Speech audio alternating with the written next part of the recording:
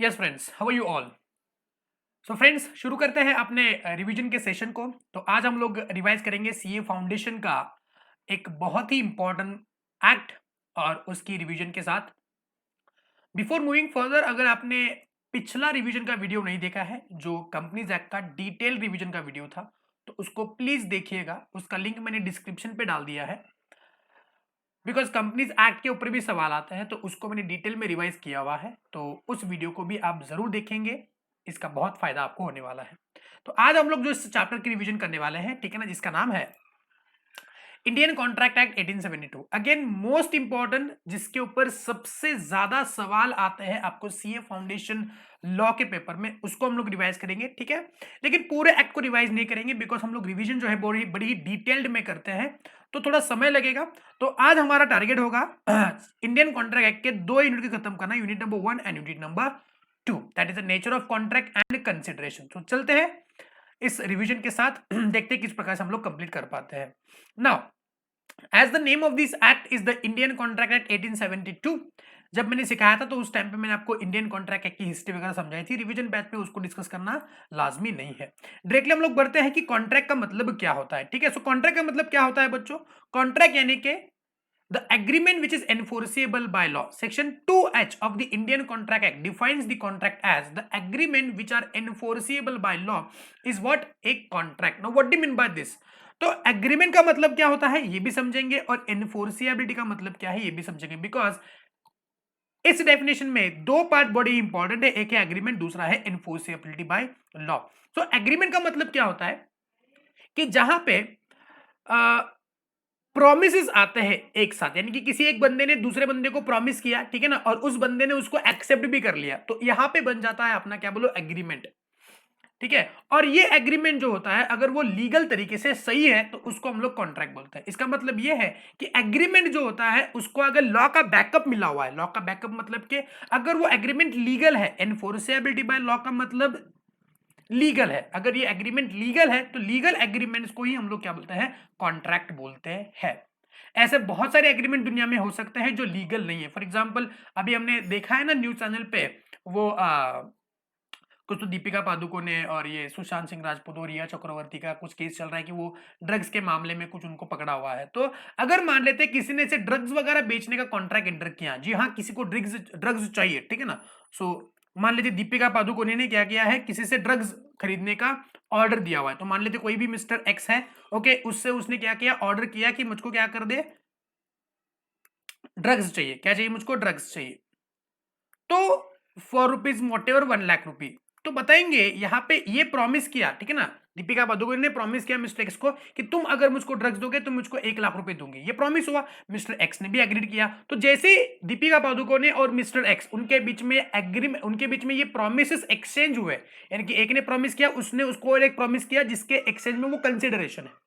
तो ये दोनों प्रोमिस जो होते हैं वो क्या होते हैं बोलो, एग्रीमेंट कहे जाते हैं। लेकिन ये जो कॉन्ट्रैक्ट बना है, वो ड्रग्स बेचने और खरीदने का कॉन्ट्रैक्ट बना है, ये कतई लीगल नहीं है। तो ये बच्चों, ये क्या नहीं बनता है, कॉन्ट्रैक्ट नहीं बनता है। इसको लॉ के हिसाब से किसी भी प्रकार का बैकअप नहीं है। इसका मतलब क्या है कि अगर मान लेते हैं दीपिका पादुकोण ने मिस्टर एक्स को 1 लाख रुपए दे दिए, और मिस्टर एक्स ने अगर उसको ड्रग्स डिलीवर नहीं किए, तो दीपिका पादुकोण ने उस 1 लाख के रिकवरी के लिए एक्स के ऊपर केस फाइल नहीं कर सकती ना। अगर मिस्टर एक्स ने दीपिका पादुकोणे को ड्रग्स बेच दिए और दीपिका पादुकोणे ने 1 लाख रुपए नहीं दिए, तो एक्स रोते रोते कोर्ट में चला नहीं जाएगा, जज साहब मेरे साथ नाइंसाफी हुई है और मुझको ना 1 लाख रुपए मुझके रिकवर करके दे दो। जज साहब बोलेंगे भाई किस चीज के 1 लाख रुपए, मैंने उसको ड्रग्स बेचे। जज साहब बोलेंगे इसको पहले अंदर डालो, है ना। वाई? बिकॉज ये एग्रीमेंट जो होते हैं वो लीगल नहीं होते, और कोई भी एग्रीमेंट लीगल नहीं है तो वो कॉन्ट्रैक्ट नहीं है, और कॉन्ट्रैक्ट नहीं तो किसी भी कॉन्ट्रैक्टिंग पार्टीज के ऊपर अपने राइट्स अवेलेबल नहीं होते हैं, ठीक है। तो ये मोटा मोटी बात है किसकी थी बोलो, agreement and enforceability by law. तो यहाँ पे दोनों एग्रीमेंट और एनफोर्सेबिलिटी बाय लॉ का पार्ट जो है, डेफिनेशन का पार्ट यहाँ पे दिया हुआ है, ठीक है। यस, आगे बढ़ते हैं। यहाँ पे देखो, ये जो चार्ट है ये बहुत ही काम आने वाला है आपको। That is a proposal. पहले एग्रीमेंट मतलब कॉन्ट्रैक्ट बनने के लिए पहला पायदान होता है कि प्रपोजल या फिर ऑफर। किसी ने किसी को तो क्या देना चाहिए बोलो, प्रपोजल देना चाहिए, ऑफर देना चाहिए। फिर वो ऑफर एक बार एक्सेप्ट हुआ तो यहाँ पे वो बन जाता है क्या बोलो, एग्रीमेंट। क्या बन जाता है? एग्रीमेंट। और ये एग्रीमेंट को अगर लीगल एनफोर्सेबिलिटी मिल गई तो वो बन जाता है कॉन्ट्रैक्ट। ठीक है, नीचे आपको एग्रीमेंट और कॉन्ट्रैक्ट में डिफरेंशिएशन दिया हुआ है, एग्जाम में माइट भी आ सकता है आपको कि एग्रीमेंट और कॉन्ट्रैक्ट में क्या फर्क है। सो एग्रीमेंट मतलब क्या होता है, कोई भी प्रॉमिस और सेट ऑफ प्रॉमिस जो एक दूसरे को कंसिडरेशन दे रहे हैं, यानी कि offer plus acceptance can be termed as a agreement. लेकिन कॉन्ट्रैक्ट में एग्रीमेंट को क्या मिलना चाहिए, बोलो एनफोर्सेबिलिटी बाय लॉ, यानी कि contract is the next step towards the agreement. अब इसको बताएंगे क्या हर एक एग्रीमेंट कॉन्ट्रैक्ट होता है? जी हाँ, नहीं होता है। हमने दीपिका पादुकोण का एग्जांपल लिया, वही दीपिका पादुकोण ने अगर उसने किसी के साथ कॉन्ट्रैक्ट एंटर किया कि हाँ मैं तुम्हारी फिल्म में काम करूंगी, मुझको इतना पैसा दे दो, ये वैलिड है, ये लीगल है, तो ये कॉन्ट्रैक्ट बन गया। लेकिन दीपिका पादुकोण ने जो दूसरा कॉन्ट्रैक्ट एंटर किया था ड्रग्स खरीदने का, वो लीगल नहीं था। तो every agreement is not a contract but every contract must B an agreement, है ना, कि हर एक एग्रीमेंट कॉन्ट्रैक्ट नहीं होता। वाई? बिकॉज हर एक एग्रीमेंट को लीगल इन्फोर्सेबिलिटी नहीं होती, लेकिन हाँ हर एक कॉन्ट्रैक्ट जो पहले एग्रीमेंट था उसको लीगल इन्फोर्सेबिलिटी मिलने के बाद ही वो क्या बना है, कॉन्ट्रैक्ट बना है। तो agreement is a wider term और contract is what, narrower in the sense of what, the agreement. Legal obligation, agreement अगर मान लेते हैं बनाया हुआ है तो उसके कोई लीगल ऑब्लिगेशन नहीं होता है। Agreement does not always gives the rights to the party, as and when the agreement becomes the contract then only it will give certain rights to every party. जैसे कि कोई किसी के ऊपर केस फाइल कर सकता है। दीपिका पादुकोण के केस में एग्रीमेंट जो बना था ड्रग्स वाला, उस केस में किसी प्रकार का क्या नहीं बना था, कुछ राइट नहीं बना था, कोई किसी के ऊपर केस फाइल नहीं कर सकता है even if they broke the agreement. But contract एक बार बन गया वो फिल्म वाला, उस केस में अगर दीपिका पादुकोण ने मना किया एक्ट करने से या फिर प्रोड्यूसर ने पैसा नहीं दिया तो वो एक दूसरे के ऊपर केस फाइल जरूर कर सकते हैं। ठीक है, नीचे आपको वही स्टेटमेंट दिया हुआ है that all agreements are not contract but all contracts are what, surely an agreement. इस रिवीजन के अंत में हम लोग क्या है, इस ऑफर के ऊपर थोड़ा ज्यादा डिस्कस करने वाले हैं।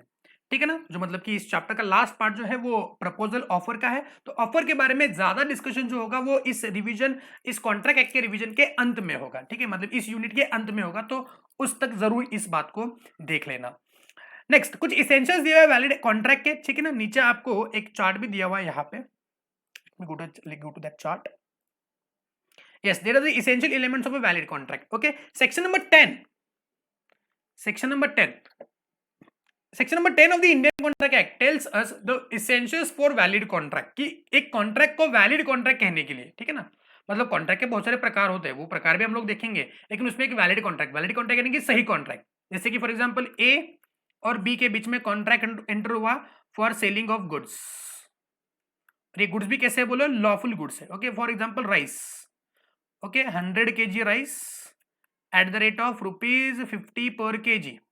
अब बताएंगे ये वैलिड कॉन्ट्रैक्ट है या नहीं है? जी हाँ वैलिड कॉन्ट्रैक्ट है, लॉ के नजरिए में वैलिड कॉन्ट्रैक्ट है।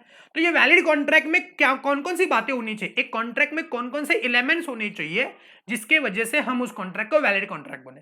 अगर इसमें से एक भी पॉइंट नहीं है तो उस कॉन्ट्रैक्ट को हम लोग वैलिड कॉन्ट्रैक्ट नहीं बोलेंगे, एक सही कॉन्ट्रैक्ट नहीं बोलेंगे। पहला, there must be offer and there must be acceptance. भैया किसी ने किसी को तो ऑफर देना चाहिए। हमने देखा ना कि कॉन्ट्रैक्ट की शुरुआत जो होती है वो हमेशा ऑफर से ही होती है, ऑफर आती है उसको एक्सेप्टेंस मिलता है, फिर एग्रीमेंट बनता है, एग्रीमेंट अगर लॉफुल है तो वो कॉन्ट्रैक्ट बनता है। तो किसी भी कॉन्ट्रैक्ट में ऑफर और एक्सेप्टेंस होना जरूरी है। उसके बाद नेक्स्ट थिंग बहुत ही इंपॉर्टेंट बच्चों, इसको इंपॉर्टेंट मार्क करना एग्जाम में बहुत बारी आता है, इसके ऊपर केस स्टडी भी आती है, that is intention to create a legal relationship. अब what is intention to create legal relationship? जैसे कि दो पार्टीज है, दो पार्टीज कॉन्ट्रैक्ट में एंटर हो रहे हैं, यहाँ पे ए और बी। सो ए और बी अगर कॉन्ट्रैक्ट में एंटर हो रहे हैं तो उनका intention to create legal relationship होना चाहिए। Mere social contracts are not a valid contract, social contracts valid contract नहीं होते। What is social contract? जैसे कि मियां बीवी के बीच में कॉन्ट्रैक्ट हुआ है, मियां ने बीवी को बोला कि तुम मेरे लिए कुछ पनीर बनाओ आज खाने में, मैं तुमको कल मूवी लेके जाऊंगा। भैया ये कोई वैलिड कॉन्ट्रैक्ट नहीं है, ये स्पेशल कॉन्ट्रैक्ट है। इस कॉन्ट्रैक्ट में मियां और बीवी के बीच में intention to create legal relationship नहीं होता है। कोई किसी ने अगर ब्रीच किया तो किसी के पास कुछ राइट अवेलेबल नहीं है to file case against the law. हाँ वो घर पे झगड़ सकते हैं जो एज यूजुअल सारे लोग मियां बीवी करते ही है, लेकिन उसकी वजह से वो कोर्ट में नहीं जा सकते। पता चला बीवी ने है ना प्यार से पनीर बनाया, लेकिन अगले दिन मियां भूल गया और ऑफिस चला गया, और तीसरे दिन क्या किया, बीवी ने मियां के ऊपर केस फाइल किया कि इसने मुझको एक वादा किया था कि मैं उसके लिए पनीर बनाऊंगी तो वो मुझको क्या लेके जाएगा, मूवी लेके जाएगा, लेकिन वो लेके गया नहीं, जज साहब इसको 10 साल की सजा दे दो। ऐसा नहीं होता, ये सोशल प्रकार के कॉन्ट्रैक्ट होते हैं। जैसे कि मियां ने बीवी को क्या करना है, मेंटेनेंस के लिए कुछ पैसे देने हैं, है ना, मियां ने बीवी को अपने बच्चों का पालन पोषण तो करना ही है ना, ये सुनो, अगर इसके लिए वो अगर केस फाइल करती है मियां बीवी या फिर उसके बच्चे, तो ये वैलिड नहीं है, ये सोशल नेचर के कॉन्ट्रैक्ट है। It will vary from person to person. तो इसलिए बोला जाता है कि कॉन्ट्रैक्टिंग पार्टीज के बीच में लीगल रिलेशनशिप बनने का जो इंटेंशन है वो होना चाहिए। Are getting my point? Next one है, हाँ, इसके ऊपर केस स्टडी भी है। जब केस स्टडी आगे आएगी तो मैं आपको बताऊंगा कि कहां पे वो केस स्टडी है। उसके बाद lawful consideration. What is lawful consideration? देखो, कंसिडरेशन जो अपना सेकंड चैप्टर है, ठीक है ना, उसमें कंसिडरेशन क्या होता है ये समझ लेंगे, लेकिन अब तक समझो कंसिडरेशन की समथिंग इन रिटर्न। जैसे कि ए ने बी के साथ कॉन्ट्रैक्ट एंटर किया फॉर सेलिंग द राइस, तो बी इन कंसिडरेशन उसको क्या देगा, कुछ 50 रुपए पर केजी के हिसाब से 100 केजी के जितने बनते हैं वो उसको दे देगा। तो इसके लिए बोलते हैं बी ने ए को क्या दिया, कंसिडरेशन दिया। अब ये कंसिडरेशन जो है वो लॉफुल होना चाहिए। अब ऐसा नहीं होना चाहिए कि ए ने बी को राइस दिया, ठीक है ना, लेकिन बी ने उसके बदले में उसको AK-47 दिया कि जितने रुपए का बनता है, जैसे कितने हो गए, 5,000 रुपए हो गए, सो मैं तो उसको 5,000 रुपए का AK-47 गन दे दूंगा या फिर 5,000 रुपए के ड्रग्स वगैरह दे दूंगा, नहीं। ठीक है, तो कंसिडरेशन जो भी मिलना चाहिए वो भी लॉफुल ही मिलना चाहिए कि मैं तुमको 1,000 रुपए, मैं तुमको 1 करोड़ रुपए दूंगा, जाके किसी को ठोक देना, भाई ये वैलिड कंसिडरेशन नहीं है। मैं तुमको 1 लाख रुपए दे रहा हूं, उसके बदले जो मुझको मिल रहा है वो किसी की जान मिल रही है, नहीं। तो कंसिडरेशन भी हमेशा क्या होना चाहिए, लॉफुल कंसिडरेशन होना चाहिए, तभी वो कॉन्ट्रैक्ट वैलिड कॉन्ट्रैक्ट माना जाएगा। उसके बाद capacities of the parties. What is capacity of the parties? Parties की कैपेसिटी मतलब कि जो पार्टीज कॉन्ट्रैक्ट में एंटर हो रहे हैं, जैसे कि ए और बी हमारे एग्जांपल में, सो ए और B should have a capacity to enter into contract. वो माइनर नहीं होनी चाहिए, वो अनसाउंड माइंड नहीं होना चाहिए, वो एक्सप्रेसली डिक्लेयर नहीं होनी चाहिए कि उस बंदे को हम लोग कॉन्ट्रैक्ट में एंटर नहीं करवाएंगे। वो साउंड माइंड होनी चाहिए, वो इंसॉल्वेंट नहीं होनी चाहिए, ठीक है। तो ये कुछ कैपेसिटीज ऑफ द पार्टीज है कि वो माइनर नहीं होना चाहिए, माइनर यानी कि जिसकी उम्र 18 साल से कम है वो बंदा कॉन्ट्रैक्ट में एंटर नहीं हो सकता, या फिर ऐसा बंदा जो कि अनसाउंड माइंड है, या फिर ऐसा बंदा जो लॉ ने बोला है कि ये बंदा कॉन्ट्रैक्ट एंटर नहीं कर सकता। फॉर एग्जांपल जो इंसॉल्वेंट बंदा है वो कॉन्ट्रैक्ट में एंटर नहीं कर सकता। तो ये 3 कंडीशंस है जहां पे बंदा जो है वो कॉन्ट्रैक्ट में एंटर नहीं हो सकता। अगर मान लो कोई बंदा इस प्रकार का कॉन्ट्रैक्ट में एंटर हो रहा है तो वो कॉन्ट्रैक्ट वैलिड कॉन्ट्रैक्ट नहीं माना जाएगा। Next one, all the legal formalities. What is legal formalities? फर्ज करते हैं कि आप किसी के साथ एक कॉन्ट्रैक्ट एंटर कर रहे हो for the purpose of selling the property वगैरह, ठीक है, आपके पास एक प्रॉपर्टी है वो बेचने का आप कॉन्ट्रैक्ट एंटर कर रहे हो, ठीक है। तो बताएंगे ये कॉन्ट्रैक्ट एंटर आप जब आपने किया है तो उसके रिलेटेड जो भी लीगल फॉर्मेलिटीज है। What is legal formalities? Legal formalities यानी कि उसके लिए कुछ दस्तावेज बनेंगे, जैसे कि एग्रीमेंट टू सेल बनेगा पहले, ठीक है ना। उसके बाद आपका एक फाइनल एग्रीमेंट बनेगा जिसको बोलते हैं सेल डीड। ओके, ये फाइनल कॉन्ट्रैक्ट बनेगा, ये पहले एग्रीमेंट बनेगा कि आपने हमारे एक प्रॉपर्टी खरीदी करनी है, और लास्ट में सेल डीड भी बनेगी। तो ये जो लीगल फॉर्मेलिटीज है, साथ साथ इस सेल डीड को रजिस्टर भी करवाना पड़ेगा रजिस्ट्री के ऑफिस में। ये सुनो, तो ये लीगल फॉर्मेलिटीज होगी जिसको आपने पूरा जरूर करना है अगर आपने एक कॉन्ट्रैक्ट एंटर करना है। तो अगर ये लीगल फॉर्मेलिटीज पूरी नहीं हुई है, अगर आपने एग्रीमेंट नहीं बनाया, सेल डीड नहीं बनाया, उसका रजिस्ट्री नहीं करवाया, उसके ऊपर के स्टैम्प ड्यूटी वगैरह पे नहीं किए, और अगर ये लीगल फॉर्मेलिटीज आपने पूरे नहीं किए हैं तो आपका कॉन्ट्रैक्ट वैलिड कॉन्ट्रैक्ट नहीं माना जाएगा। कोई किसी के ऊपर केस फाइल नहीं कर सकता, किसी के कुछ राइट नहीं बनेंगे। उसके बाद एग्रीमेंट जो होता है वो expressly declared as a void नहीं होना चाहिए, जैसे कि गैम्बलिंग। अब गैम्बलिंग करना expressly declared as a void है, ठीक है, या फिर सट्टा लगाना। सट्टा बोलते हैं इसको, क्या बोलते हैं कि जैसे अभी आईपीएल का मैच वगैरह चल रहा है, तो आईपीएल का मैच चल रहा है तो उस केस में आप सट्टा नहीं लगा सकते, आप बेटिंग नहीं कर सकते। सो बेटिंग के कॉन्ट्रैक्ट वगैरह क्या बोलो, expressly declared as a void. किसी का खून करना, किसी का मर्डर करना, किसी का हाफ मर्डर करना, चोरी चपाटी करना, ये कॉन्ट्रैक्ट क्या है बोलो, एक्सप्रेसली डिक्लेयर्ड एज वॉइड है। तो ये कॉन्ट्रैक्ट आप एंटर नहीं कर सकते। अगर ऐसे कॉन्ट्रैक्ट एंटर कर रहे हो तो ये वैलिड नहीं मानी जाएगी। उसके बाद पॉसिबिलिटी ऑफ परफॉर्मेंस। भाई ये क्या चीज है? किसी ने किसी के साथ कॉन्ट्रैक्ट एंटर किया कि मैं तुमको तुम मुझको 1,000 रुपए दे दो, मैं इस 1,000 के तुमको 1 करोड़ बनवा के दूंगा। भाई पॉसिबल है क्या? आप क्या आरबीआई नहीं हो कि 1,000 रुपए ले लिया? अब आरबीआई भी 1,000 रुपए लेके 1 करोड़ रुपए आपको नहीं दे सकती। तो आपने किसी के साथ कॉन्ट्रैक्ट एंटर किया कि मैं मैजिक से ट्रेजर क्या है जो वो बनाऊंगा, ऐसा नहीं होता है, ठीक है ना। तो जो भी कॉन्ट्रैक्ट आप बना रहे हो पॉसिबिलिटी ऑफ परफॉर्मेंस होना चाहिए। बॉयफ्रेंड ने गर्लफ्रेंड को बोला कि मैं तुम्हारे लिए चांद तारे तोड़ के लेके आऊंगा, ओके, गर्लफ्रेंड ने बोला भाई उसका प्रॉपर्टी कार्ड तुम्हारे नाम पे थोड़ी ना है, ये सुनो। तो ये पॉसिबिलिटी ऑफ परफॉर्मेंस होना चाहिए। तो कोई भी कॉन्ट्रैक्ट जो बना रहे हैं जिसका ऑब्जेक्ट जो होगा वो पॉसिबल होना चाहिए परफॉर्मेंस का, अदरवाइज वो वैलिड नहीं है। Certainty of meaning.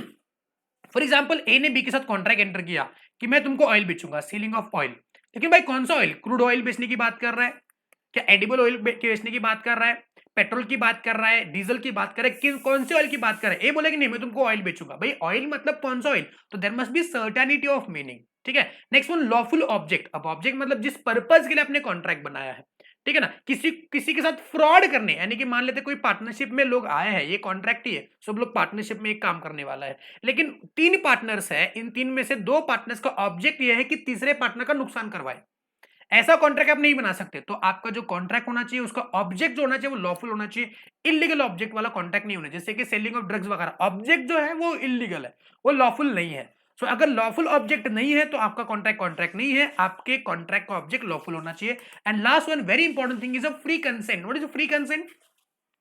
Free consent यानी कि अगर मान लेते आपने किसी को ऑफर दिया है तो वो आपको एक्सेप्टेंस दे रहा है। अब एक्सेप्टेंस जब दे रहा है ना, तो वो एक्सेप्टेंस अपने मन से देना चाहिए।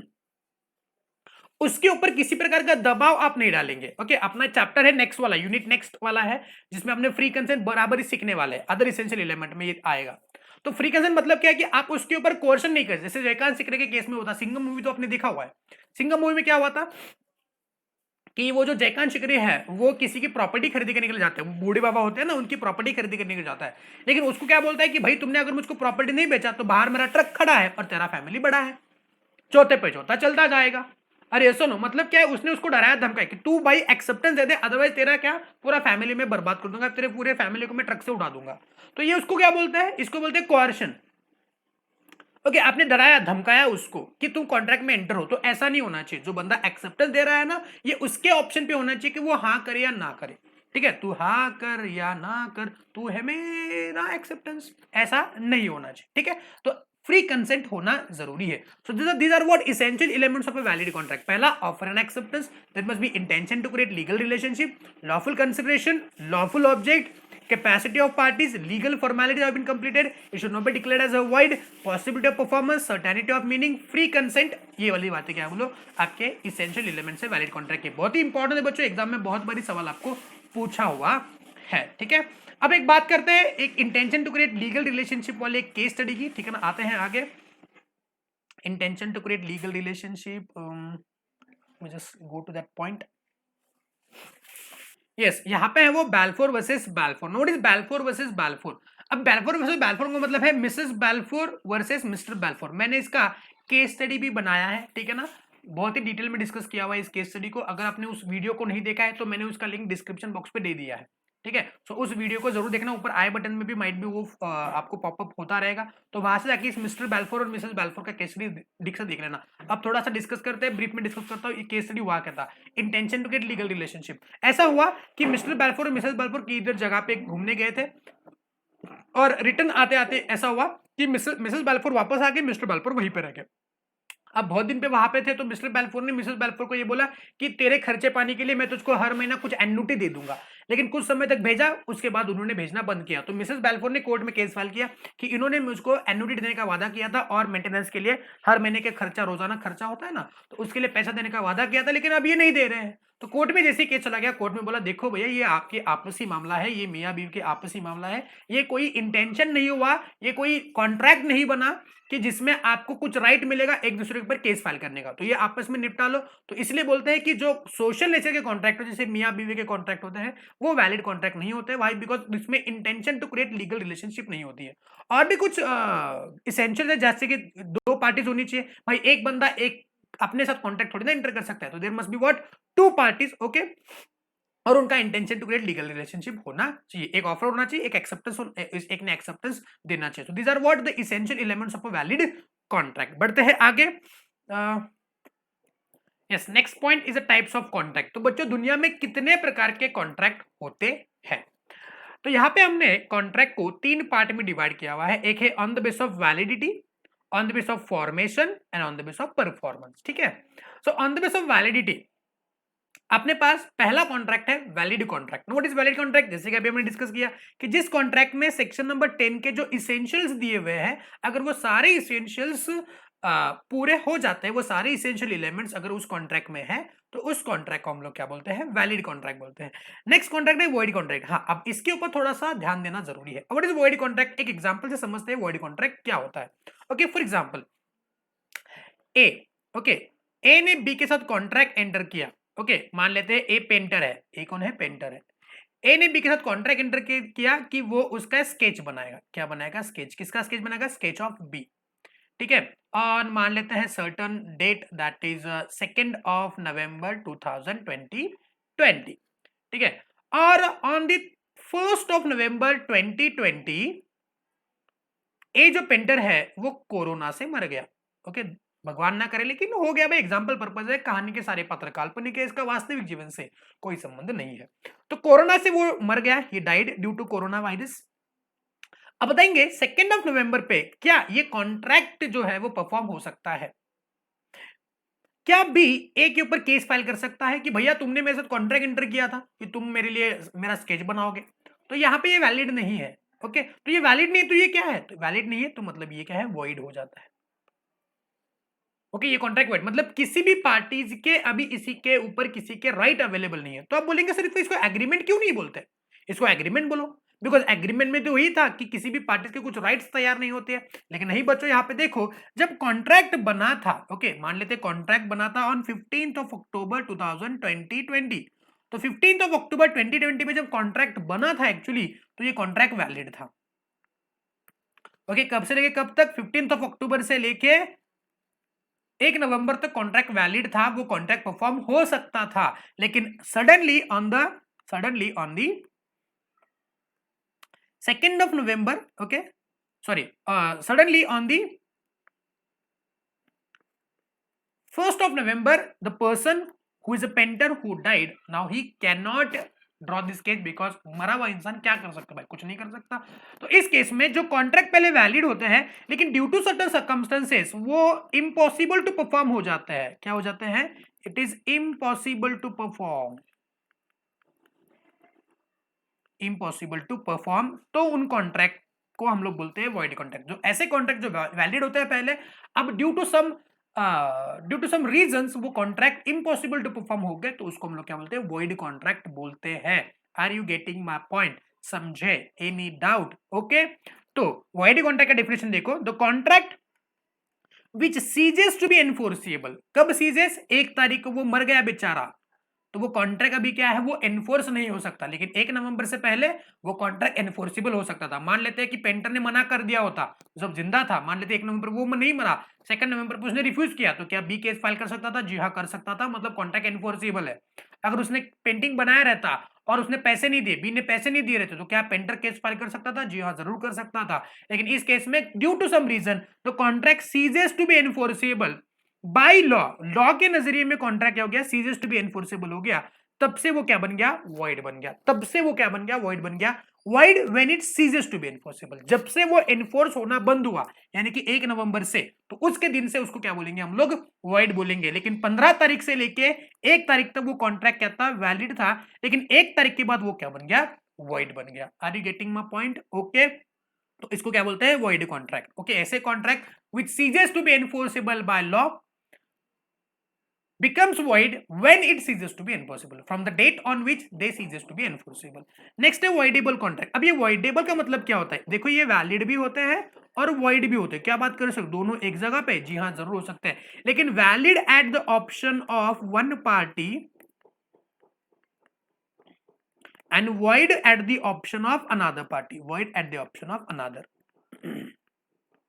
मतलब कॉन्ट्रैक्ट में 2 पार्टीज होनी चाहिए। मान लेते हैं कॉन्ट्रैक्ट एक ऐसा कॉन्ट्रैक्ट जो एक बंदे के लिए वैलिड होता है, एनफोर्सिएबल होता है, और दूसरे बंदे के लिए वो अनएनफोर्सिबल होता है, तो उस कॉन्ट्रैक्ट को हम लोग बोलते हैं वॉइडेबल कॉन्ट्रैक्ट। वॉइडेबल कॉन्ट्रैक्ट, तो contracts which are enforceable at the option of one or more party but not at the option of other. मान लेते हैं ए और बी के बीच में कॉन्ट्रैक्ट हुआ और बी ने उस कॉन्ट्रैक्ट को परफॉर्म करने से मना कर दिया, तो इस केस में मुझको एक बात बताएंगे, कौन किसके ऊपर केस फाइल कर सकता है? तो A can file case against B. तो यहां पे ए के लिए वो कॉन्ट्रैक्ट वैलिड हो गया, एनफोर्सिबल है, और बी के लिए वो कॉन्ट्रैक्ट वॉइड हो गया, तो इस कॉन्ट्रैक्ट को हम लोग बोलते हैं voidable at the option of A. तो ए के लिए वो कॉन्ट्रैक्ट क्या है? वॉइडेबल माना जाएगा। ठीक है, अब जैसे ही कॉन्ट्रैक्ट वॉइडेबल बन जाता है, जो पार्टी जिसके लिए कॉन्ट्रैक्ट वैलिड है, यानी कि ए बंदा जिसके लिए वैलिड है, उसके बाद बहुत सारे ऑप्शंस हैं, वो उस कॉन्ट्रैक्ट को कैंसिल भी करवा सकता है, या फिर वो उस कॉन्ट्रैक्ट को एनफोर्सिबल मान के केस भी फाइल कर सकता है। ठीक है, अगर ए बोला कि ठीक है भाई तू नहीं करना चाहता, ठीक है भाई जा भाड़ में जा, ओके, तो उसने कॉन्ट्रैक्ट को कैंसिल ही कर दिया। ठीक है, ओके, इसलिए इसको वॉइडेबल बोलता है। जो कॉन्ट्रैक्ट वॉइड हो सकते हैं, अगर ए ने भी मना किया, बी ने भी मना किया, तो कॉन्ट्रैक्ट वॉइड हो गए, अनएनफोर्सेबल हो गए। लेकिन अगर ए चाहे तो उस कॉन्ट्रैक्ट को स्टिल अलाइव मान के बी के ऊपर केस फाइल कर सकता है। तो इसलिए ऐसे कॉन्ट्रैक्ट जो एक पार्टी या फिर उसके ज्यादा पार्टी के लिए एनफोर्सेबल है, मतलब कुछ पार्टीज के लिए एनफोर्सेबल वैलिड है और कुछ पार्टीज के लिए जिन्होंने डिफॉल्ट किया है उसके लिए वो कॉन्ट्रैक्ट एनफोर्सेबल नहीं है, तो उस कॉन्ट्रैक्ट को हम लोग क्या बोलते हैं, वॉइड कॉन्ट्रैक्ट बोलते हैं। ठीक है, नेक्स्ट वन है इल्लीगल एग्रीमेंट्स। अब what is illegal agreements? Agreements लिखा है यहाँ पे, कॉन्ट्रैक्ट नहीं लिखा है। व्हाई? बिकॉज जो इल्लीगल एग्रीमेंट्स होते हैं वो कभी कॉन्ट्रैक्ट नहीं बन सकते। व्हाई? बिकॉज एग्रीमेंट को कॉन्ट्रैक्ट बनने के लिए लीगल बैकअप होना जरूरी है, लीगैलिटी होना बहुत जरूरी है, और यहाँ पे इलीगैलिटी बोला है। तो कभी भी कॉन्ट्रैक्ट, कोई इलीगल कॉन्ट्रैक्ट कभी नहीं होते, वो एग्रीमेंट ही रह जाता है, वो कॉन्ट्रैक्ट कभी बनते ही नहीं है, बिकॉज वो एग्रीमेंट इलीगल है। फॉर एग्जाम्पल सेलिंग ऑफ चरस गांजा, ये कॉन्ट्रैक्ट इलीगल है। ओके सॉरी, ये एग्रीमेंट क्या है, इलीगल है, और इलीगल एग्रीमेंट्स का कभी जाके कॉन्ट्रैक्ट नहीं बनता है, तो इसलिए वो इलीगल एग्रीमेंट्स ही रहते हैं, वो कभी कॉन्ट्रैक्ट में कन्वर्ट नहीं हो सकते। Reason behind that there is no enforceability by law to that agreement.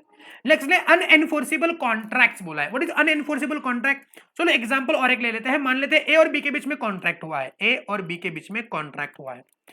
क्या कॉन्ट्रैक्ट हुआ है? For selling the house. A और बी के बीच में कॉन्ट्रैक्ट हुआ कि ए बी को अपना हाउस बेचेगा, लेकिन मैंने आपको बोला था कि all the formalities, all the legal formalities has to be completed.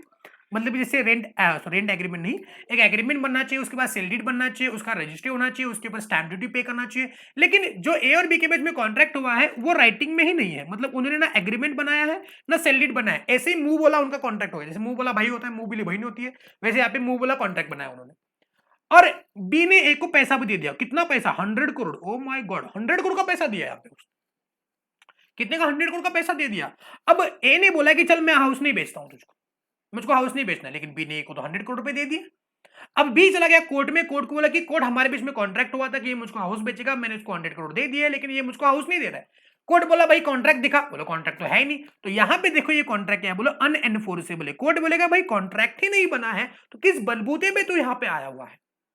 जब कॉन्ट्रैक्ट ही नहीं है, कुछ रिटर्न डॉक्यूमेंट ही नहीं है तेरा, तो किस बुनियाद पे तू यहाँ पे आया है? तो इसलिए यहाँ पे बोला जाएगा ये कॉन्ट्रैक्ट अनएनफोर्सेबल है। कुछ टेक्निकल डिफेक्ट्स की वजह से अगर कॉन्ट्रैक्ट एनफोर्स नहीं होगा तो उन कॉन्ट्रैक्ट्स को अनएनफोर्सेबल बोला जाता है, यानी कि लॉ के नजरिए में उन टेक्निकल डिफेक्ट्स की वजह से उस कॉन्ट्रैक्ट को हम लोग वैलिड नहीं मानते, तो उसको बोलते हैं अनएनफोर्सेबल। तो on the basis of validity अपने पास कितने कॉन्ट्रैक्ट है? पहला है वैलिड कॉन्ट्रैक्ट, दूसरा है वॉइड कॉन्ट्रैक्ट, तीसरा है वॉइडेबल कॉन्ट्रैक्ट, चौथा है इलीगल, पांचवा है अनएनफोर्सेबल। इसमें से अगर इंपॉर्टेंट वाली बात मैं करूंगा तो अपना वॉइड कॉन्ट्रैक्ट और वॉइडेबल कॉन्ट्रैक्ट, ये दो इंपॉर्टेंट है, इसके ऊपर आप ज्यादा ध्यान दे सकते हैं। उसके बाद on the base of formation, formation के बेस पे मेरे पास एक कॉन्ट्रैक्ट है express contract. What is express contract? ऐसे कॉन्ट्रैक्ट्स जो एक्सप्रेस किए जाते हैं इन वर्ड्स और इन बाय वर्ड स्पोकन और बाय वर्ड्स रिटन। मतलब आप बोल रहे सर ओरल कॉन्ट्रैक्ट वैलिड होते हैं क्या? जी हाँ, ओरल कॉन्ट्रैक्ट भी वैलिड होते हैं। तो सर यहाँ पे आपने क्यों बोला कि यहाँ पे ओरल कॉन्ट्रैक्ट होना, रिटर्न राइटिंग में होना चाहिए? देखो भैया, ओरल कॉन्ट्रैक्ट्स भी इस कॉन्ट्रैक्ट एक्ट के मुताबिक, पहले जब कॉन्ट्रैक्ट एक्ट बना था 1872 में, तो उस टाइम पे लोगों की जुबान जो थी वो क्या थी, वो सही थी। लेकिन आज के जमाने में लोगों के जुबान पे विश्वास रखना बहुत ही खतरनाक बात है, तो इसलिए आज के जमाने में ओरल कॉन्ट्रैक्ट्स को एनफोर्स नहीं करा जाता है कॉन्ट्रैक्ट में, कोर्ट में। कोर्ट हमको राइटिंग में ही कॉन्ट्रैक्ट्स मांगता है, लेकिन हाँ, लॉ के नजरिए में अभी भी कॉन्ट्रैक्ट एक्ट में ओरल कॉन्ट्रैक्ट को वैलिड कॉन्ट्रैक्ट माना जाता है। कॉन्ट्रैक्ट्स हम लोग ओरली बनाते थे हैं, लेकिन by the usage of trade वो अभी ओरल कॉन्ट्रैक्ट्स बनते नहीं है, ओरल कॉन्ट्रैक्ट की कोई वैलिडिटी नहीं होती है। लेकिन हाँ, एक्सप्रेस कॉन्ट्रैक्ट के डेफिनेशन पर्पस के लिए हम लोग बोल सकते हैं कि कॉन्ट्रैक्ट्स जो ओरल बने हैं या फिर राइटिंग में बने हैं उसको बोलते हैं एक्सप्रेस। तब किसी न किसी जगह पे वो एक्सप्रेस हुए हैं, भले वो बोल के एक्सप्रेस हुए हैं या फिर राइटिंग में किए, उसको बोलते हैं एक्सप्रेस कॉन्ट्रैक्ट्स। उसके बाद इंप्लाइड कॉन्ट्रैक्ट्स। इंप्लाइड कॉन्ट्रैक्ट मतलब कि the contract which has been entered to the conduct of the parties, through the conduct of the parties. Implied, किसी ने किसी को कुछ नहीं बोला, किसी ने किसी को कुछ नहीं बोला, लेकिन कॉन्ट्रैक्ट बन चुके हैं। ओके, जैसे कि ए ने बी को बोला कि मैंने तुझको अपना कार बेचना है, मैंने तुमको आपका घर बेचना है, क्या तुम खरीदोगे? उसने बोला हाँ, तो उन्होंने एग्रीमेंट बना दिया, फिर कॉन्ट्रैक्ट बन गया। इसको बोलते हैं एक्सप्रेस। लेकिन इंप्लाइड में कोई किसी से कुछ नहीं कहता है, वो पार्टीज के कंडक्ट से ही हो जाता है कि हाँ कॉन्ट्रैक्ट बन चुका है। अब ऐसे कैसे सर? फॉर एग्जाम्पल, जैसे कि आपने बस से ट्रेवल किया रहेगा, तो बस वाले को पूछते हो क्या मैं आपकी बस में आऊं? Can I enter to the bus? नहीं, आप डायरेक्टली घुस जाते हो, आपने बोर्ड देखा, घुस गए, आपने उसे टिकट मांगा, बात खत्म। मतलब आपने इंप्लाइड कॉन्ट्रैक्ट में एंटर किया, you are bound to pay to the bus conductor. Are you getting my point? समझे? तो इसको बोलते हैं इंप्लाइड कॉन्ट्रैक्ट, जो कॉन्ट्रैक्ट जो इंप्लाइडली क्या हो जाते हैं, बोलो, एंटर हो जाते हैं। जैसे कि आप मान लो लॉटरी टिकट के लॉटरी टिकट के इसमें चले गए, ठीक है ना, आप दुकान में चले गए, आपने उसको लॉटरी एक फाड़ दिया, ठीक है, जैसे आपने लॉटरी फाड़ा, you are bound to pay. Are you getting my point? Are getting my point, समझे? मान लेते कि आप चले गए कहाँ पे, आप डी मार्ट में चले गए, ठीक है, डी मार्ट में से आपने कुछ चीजें उठाई, आपने अपने बकेट में रखी, बकेट में से काउंटर पर रख दिया, काउंटर में से उसे बिल निकला, आप चले गए। अरे वो बोलेगा भाई पैसा कौन देगा, बोलेगा पैसा किधर मांगा तुमने, भाई पैसा मांगने की जरूरत नहीं है, ये इंप्लाइड कॉन्ट्रैक्ट है। मतलब आपने क्या किया, इंप्लाइडली क्या किया, उसको ऑफर दिया कि मैं ये गुड्स खरीदना चाहता हूं। आपने बोला नहीं कि सुनिए जी, क्या मैं ये गुड्स खरीद सकता हूं, ऐसे आपने नहीं बोला, आपने डायरेक्टली उठाया और काउंटर पे चले गए, वहां से अपने गुड्स को खरीद लिए, ठीक है। तो इसको बोलते हैं इंप्लाइड, जो कॉन्ट्रैक्ट जो कंडक्ट ऑफ द पार्टीज से एंटर होते हैं उसको बोलते हैं इंप्लाइड। यहाँ पे कोई किसी से कुछ नहीं बोलता है। नेक्स्ट है quasi contract. What is quasi contract? Quasi contract मतलब कि ऐसे कॉन्ट्रैक्ट होते हैं जिसमें कुछ essentials for valid contract, section number 10 में हमने इसेंशियल्स पढ़े थे, कुछ याद है आपको? तो सेक्शन नंबर 10 में इसेंशियल्स फॉर वैलिड कॉन्ट्रैक्ट पढ़े थे, लेकिन क्वाजी कॉन्ट्रैक्ट में इनमें से कुछ इसेंशियल्स नहीं होते हैं, लेकिन उसके बावजूद वो कॉन्ट्रैक्ट्स कहलाते हैं। Are getting my point? मतलब ऐसे कॉन्ट्रैक्ट जिसमें कुछ essential elements of the contract नहीं होते हैं, लेकिन उसके बावजूद इन कॉन्ट्रैक्ट्स को हम लोग वैलिड कॉन्ट्रैक्ट मानते हैं। सेक्शन नंबर 10 हमको बताता था कि मैंने बताए हुए पॉइंट्स अगर किसी कॉन्ट्रैक्ट में है तो भी वैलिड है, लेकिन quasi contract can be consider as a exception for that. Example के तौर पे बताता हूं मैं। सेक्शन नंबर 10 में अपने पास एक इसेंशियल है, that is there must be offer and acceptance. Offer and acceptance मतलब किसी ने किसी को तो ऑफर देना चाहिए, किसी ने उसको एक्सेप्ट करना चाहिए, तभी जाके वो कॉन्ट्रैक्ट क्या बनता है, वैलिड कॉन्ट्रैक्ट बनता है। अब आपको एक चीज पता है, फाइंडर ऑफ गुड्स, अपने सेल ऑफ गुड्स एक्ट में पढ़ा है, फाइंडर ऑफ गुड्स। मान लेते मैं रास्ते से जा रहा था, भेलपुरी खा रहा था और मेरा मोबाइल गिर गया, ठीक है, मेरा मोबाइल गिर गया, मेरे किसी स्टूडेंट को वो मोबाइल मिल गया, ठीक है। अब बताएंगे उस स्टूडेंट को जिसको मेरा मोबाइल मिला है, whether he has a duty to find the true owner, that is me, and to return the mobile, whether he can use the mobile for himself, whether he can sell the mobile and do this। नहीं। क्या मैंने उसको बताया था, जो भी बंदा जिसको गुड्स मिला है, जिसको मेरा मोबाइल मिला है, क्या मेरा उसके साथ कुछ कॉन्ट्रैक्ट एंटर हुआ है कि नहीं नहीं नहीं, जब तुमको मेरा मोबाइल मिलेगा ना, then you have to give it that mobile back to me, unless otherwise अगर तुम उसको वापस नहीं दोगे तो मैं तुम्हारे ऊपर केस फाइल करूंगा, और केस फाइल हो भी सकता है। लेकिन मैंने इसको कुछ नहीं बोला ना, मैंने किसी को ऑफर दिया कि मेरा मोबाइल गिरा तो मैं तो तुमने मुझको वापस देना है ना, उसने एक्सेप्ट किया, लेकिन स्टिल ऑफर नहीं है, एक्सेप्टेंस नहीं है, लेकिन still the finder of goods is under the obligation to return the mobile to me. और अगर नहीं करता है और मुझको पता चलता है कि मेरा मोबाइल उसके पास है, तो मैं उसके ऊपर केस फाइल जरूर कर सकता हूं। तो इसको बोलते हैं क्वाजी कॉन्ट्रैक्ट। तो सेक्शन नंबर 10 के कुछ इसेंशियल्स यहाँ पे नहीं है, लेकिन उसके बावजूद कॉन्ट्रैक्ट क्या है, वैलिड है, कॉन्ट्रैक्ट जो है वैलिड है, और पार्टीज को राइट्स मिलते हैं अंडर द नॉर्मल कॉन्ट्रैक्ट। तो कॉन्ट्रैक्ट जो कॉन्ट्रैक्ट नहीं है लेकिन तभी भी कॉन्ट्रैक्ट है, उसको बोलते हैं क्वाजी कॉन्ट्रैक्ट। जो नहीं है लेकिन है, जो है लेकिन नहीं है, लेकिन नहीं है लेकिन है, उसको बोलते हैं क्वाजी कॉन्ट्रैक्ट। कंफ्यूज मत होना, ऐसे कॉन्ट्रैक्ट्स जो देखा जाए तो कॉन्ट्रैक्ट नहीं बन जाएंगे, वैलिड कॉन्ट्रैक्ट नहीं बन जाएंगे, due to there is a lack of essentials और valid contract, some of the essentials, but still that can be considered as a valid contract. तो ये होते हैं क्या, बोलो, फाइंडर ऑफ गुड्स एग्जांपल यहाँ पे लगा सकते हो। उसके बाद ई कॉमर्स कॉन्ट्रैक्ट, जो कॉन्ट्रैक्ट इलेक्ट्रॉनिक, जैसे अमेजोन पे आप खरीदी करते हो, कुछ ऑनलाइन कुछ आपने खरीदा हुआ है, जैसे कि नेटमेड्स हो गया, आप सब्जी वगैरह भी कोरोना के केस में आप ऑनलाइन खरीदी कर सकते हैं। तो ऐसे कॉन्ट्रैक्ट जहां पे इलेक्ट्रॉनिकली गैजेट्स का इस्तेमाल होता है, इलेक्ट्रॉनिकली कॉन्ट्रैक्ट्स को एंटर आप करवाते हो, तो उसको क्या बोलते हैं, electronic contracts, e commerce contract बोलते हैं इसको, ठीक है। Next one, on the basis of performance, अपने पास दो प्रकार के कॉन्ट्रैक्ट है, executed and executory. What is executed? Example से समझते हैं। ए ने बी के साथ कॉन्ट्रैक्ट एंटर किया फॉर सेलिंग द राइस। ए ने बी को राइस डिलीवर किया, डिलीवरी ऑफ राइस, और उसके जितने भी पैसे बनते हैं, सॉरी, वो बी ने ए को पे कर दिए, paid price for the rice. वाह, price for the rice, very good. So B ने ए को राइस का पैसा जो है, प्राइस जो है, वो पे कर दिया। अब बताएंगे क्या कोई पार्टी का कुछ ऑब्लिगेशन पेंडिंग है? किसी भी पार्टी का कुछ भी ऑब्लिगेशन, मतलब कि कॉन्ट्रैक्ट में ऑब्लिगेशन था, ए ने बी को राइस देना है, बी ने ए को पैसे देना है, दोनों ने अपने अपने ऑब्लिगेशन पूरे कर दिए, तो इस कॉन्ट्रैक्ट को हम लोग पूरा कॉन्ट्रैक्ट, एक संपूर्ण कॉन्ट्रैक्ट बोलते हैं इसको, यानी कि कॉन्ट्रैक्ट एग्जीक्यूटेड, जो कॉन्ट्रैक्ट एग्जीक्यूट हो चुका है, जिसको परफॉर्म किया हुआ है, तो एग्जीक्यूट को हम लोग परफॉर्म्ड कॉन्ट्रैक्ट। ऐसे कॉन्ट्रैक्ट जिसमें किसी भी पार्टीज के ऑब्लिगेशन अब तक पेंडिंग नहीं है, सारे जो ऑब्लिगेशन है वो पूरे हो चुके हैं, उसको बोलते हैं क्या, एग्जीक्यूटेड कॉन्ट्रैक्ट। और वही उसकी जगह पे अगर बात करता हूं मैं executory, what is executory contract, ऐसे कॉन्ट्रैक्ट्स मान लेते हैं यहाँ पे ए ने राइस तो दे दिया लेकिन बी ने प्राइस पे नहीं किया, B is yet to pay the price, तो उसको बोलते हैं executory on the part of B, executory on the part of B. तो ऐसे कॉन्ट्रैक्ट जो अब तक परफॉर्म करने बाकी है, yet to be perform, yet to be performed, very good, yet to be performed, उसको बोलते हैं क्या, एग्जीक्यूटरी कॉन्ट्रैक्ट। अब एग्जीक्यूटरी कॉन्ट्रैक्ट यूनिलैटरल भी हो सकते हैं, बायलैटरल भी हो सकते हैं। What is unilateral, bilateral? Unilateral यानी कि बी ने प्राइस पे नहीं किया, ए ने अपना ऑब्लिगेशन पूरा किया, यूनि यानी कि वन, एक पार्टी का ऑब्लिगेशन पेंडिंग है, उसको बोलते हैं यूनिलैटरल। बायलैटरल यानी कि ना अभी तक बस कॉन्ट्रैक्ट बना है, ना ए ने राइस बेचा है ना बी ने प्राइस पे किया है, तो उसको बोलते हैं बायलैटरल। बाय यानी कि दो, तो दोनों पार्टीज के ऑब्लिगेशन पेंडिंग है तो उसको बोलते हैं बायलैटरल, एक पार्टी का ऑब्लिगेशन पेंडिंग है तो उसको बोलते हैं यूनिलैटरल। क्लियर है? तो इसको बोलते हैं types of contract on the base of validity, on the base of formation, on the base of performance. Validity, valid contract, void voidable contract, illegal agreements and unenforceable contracts.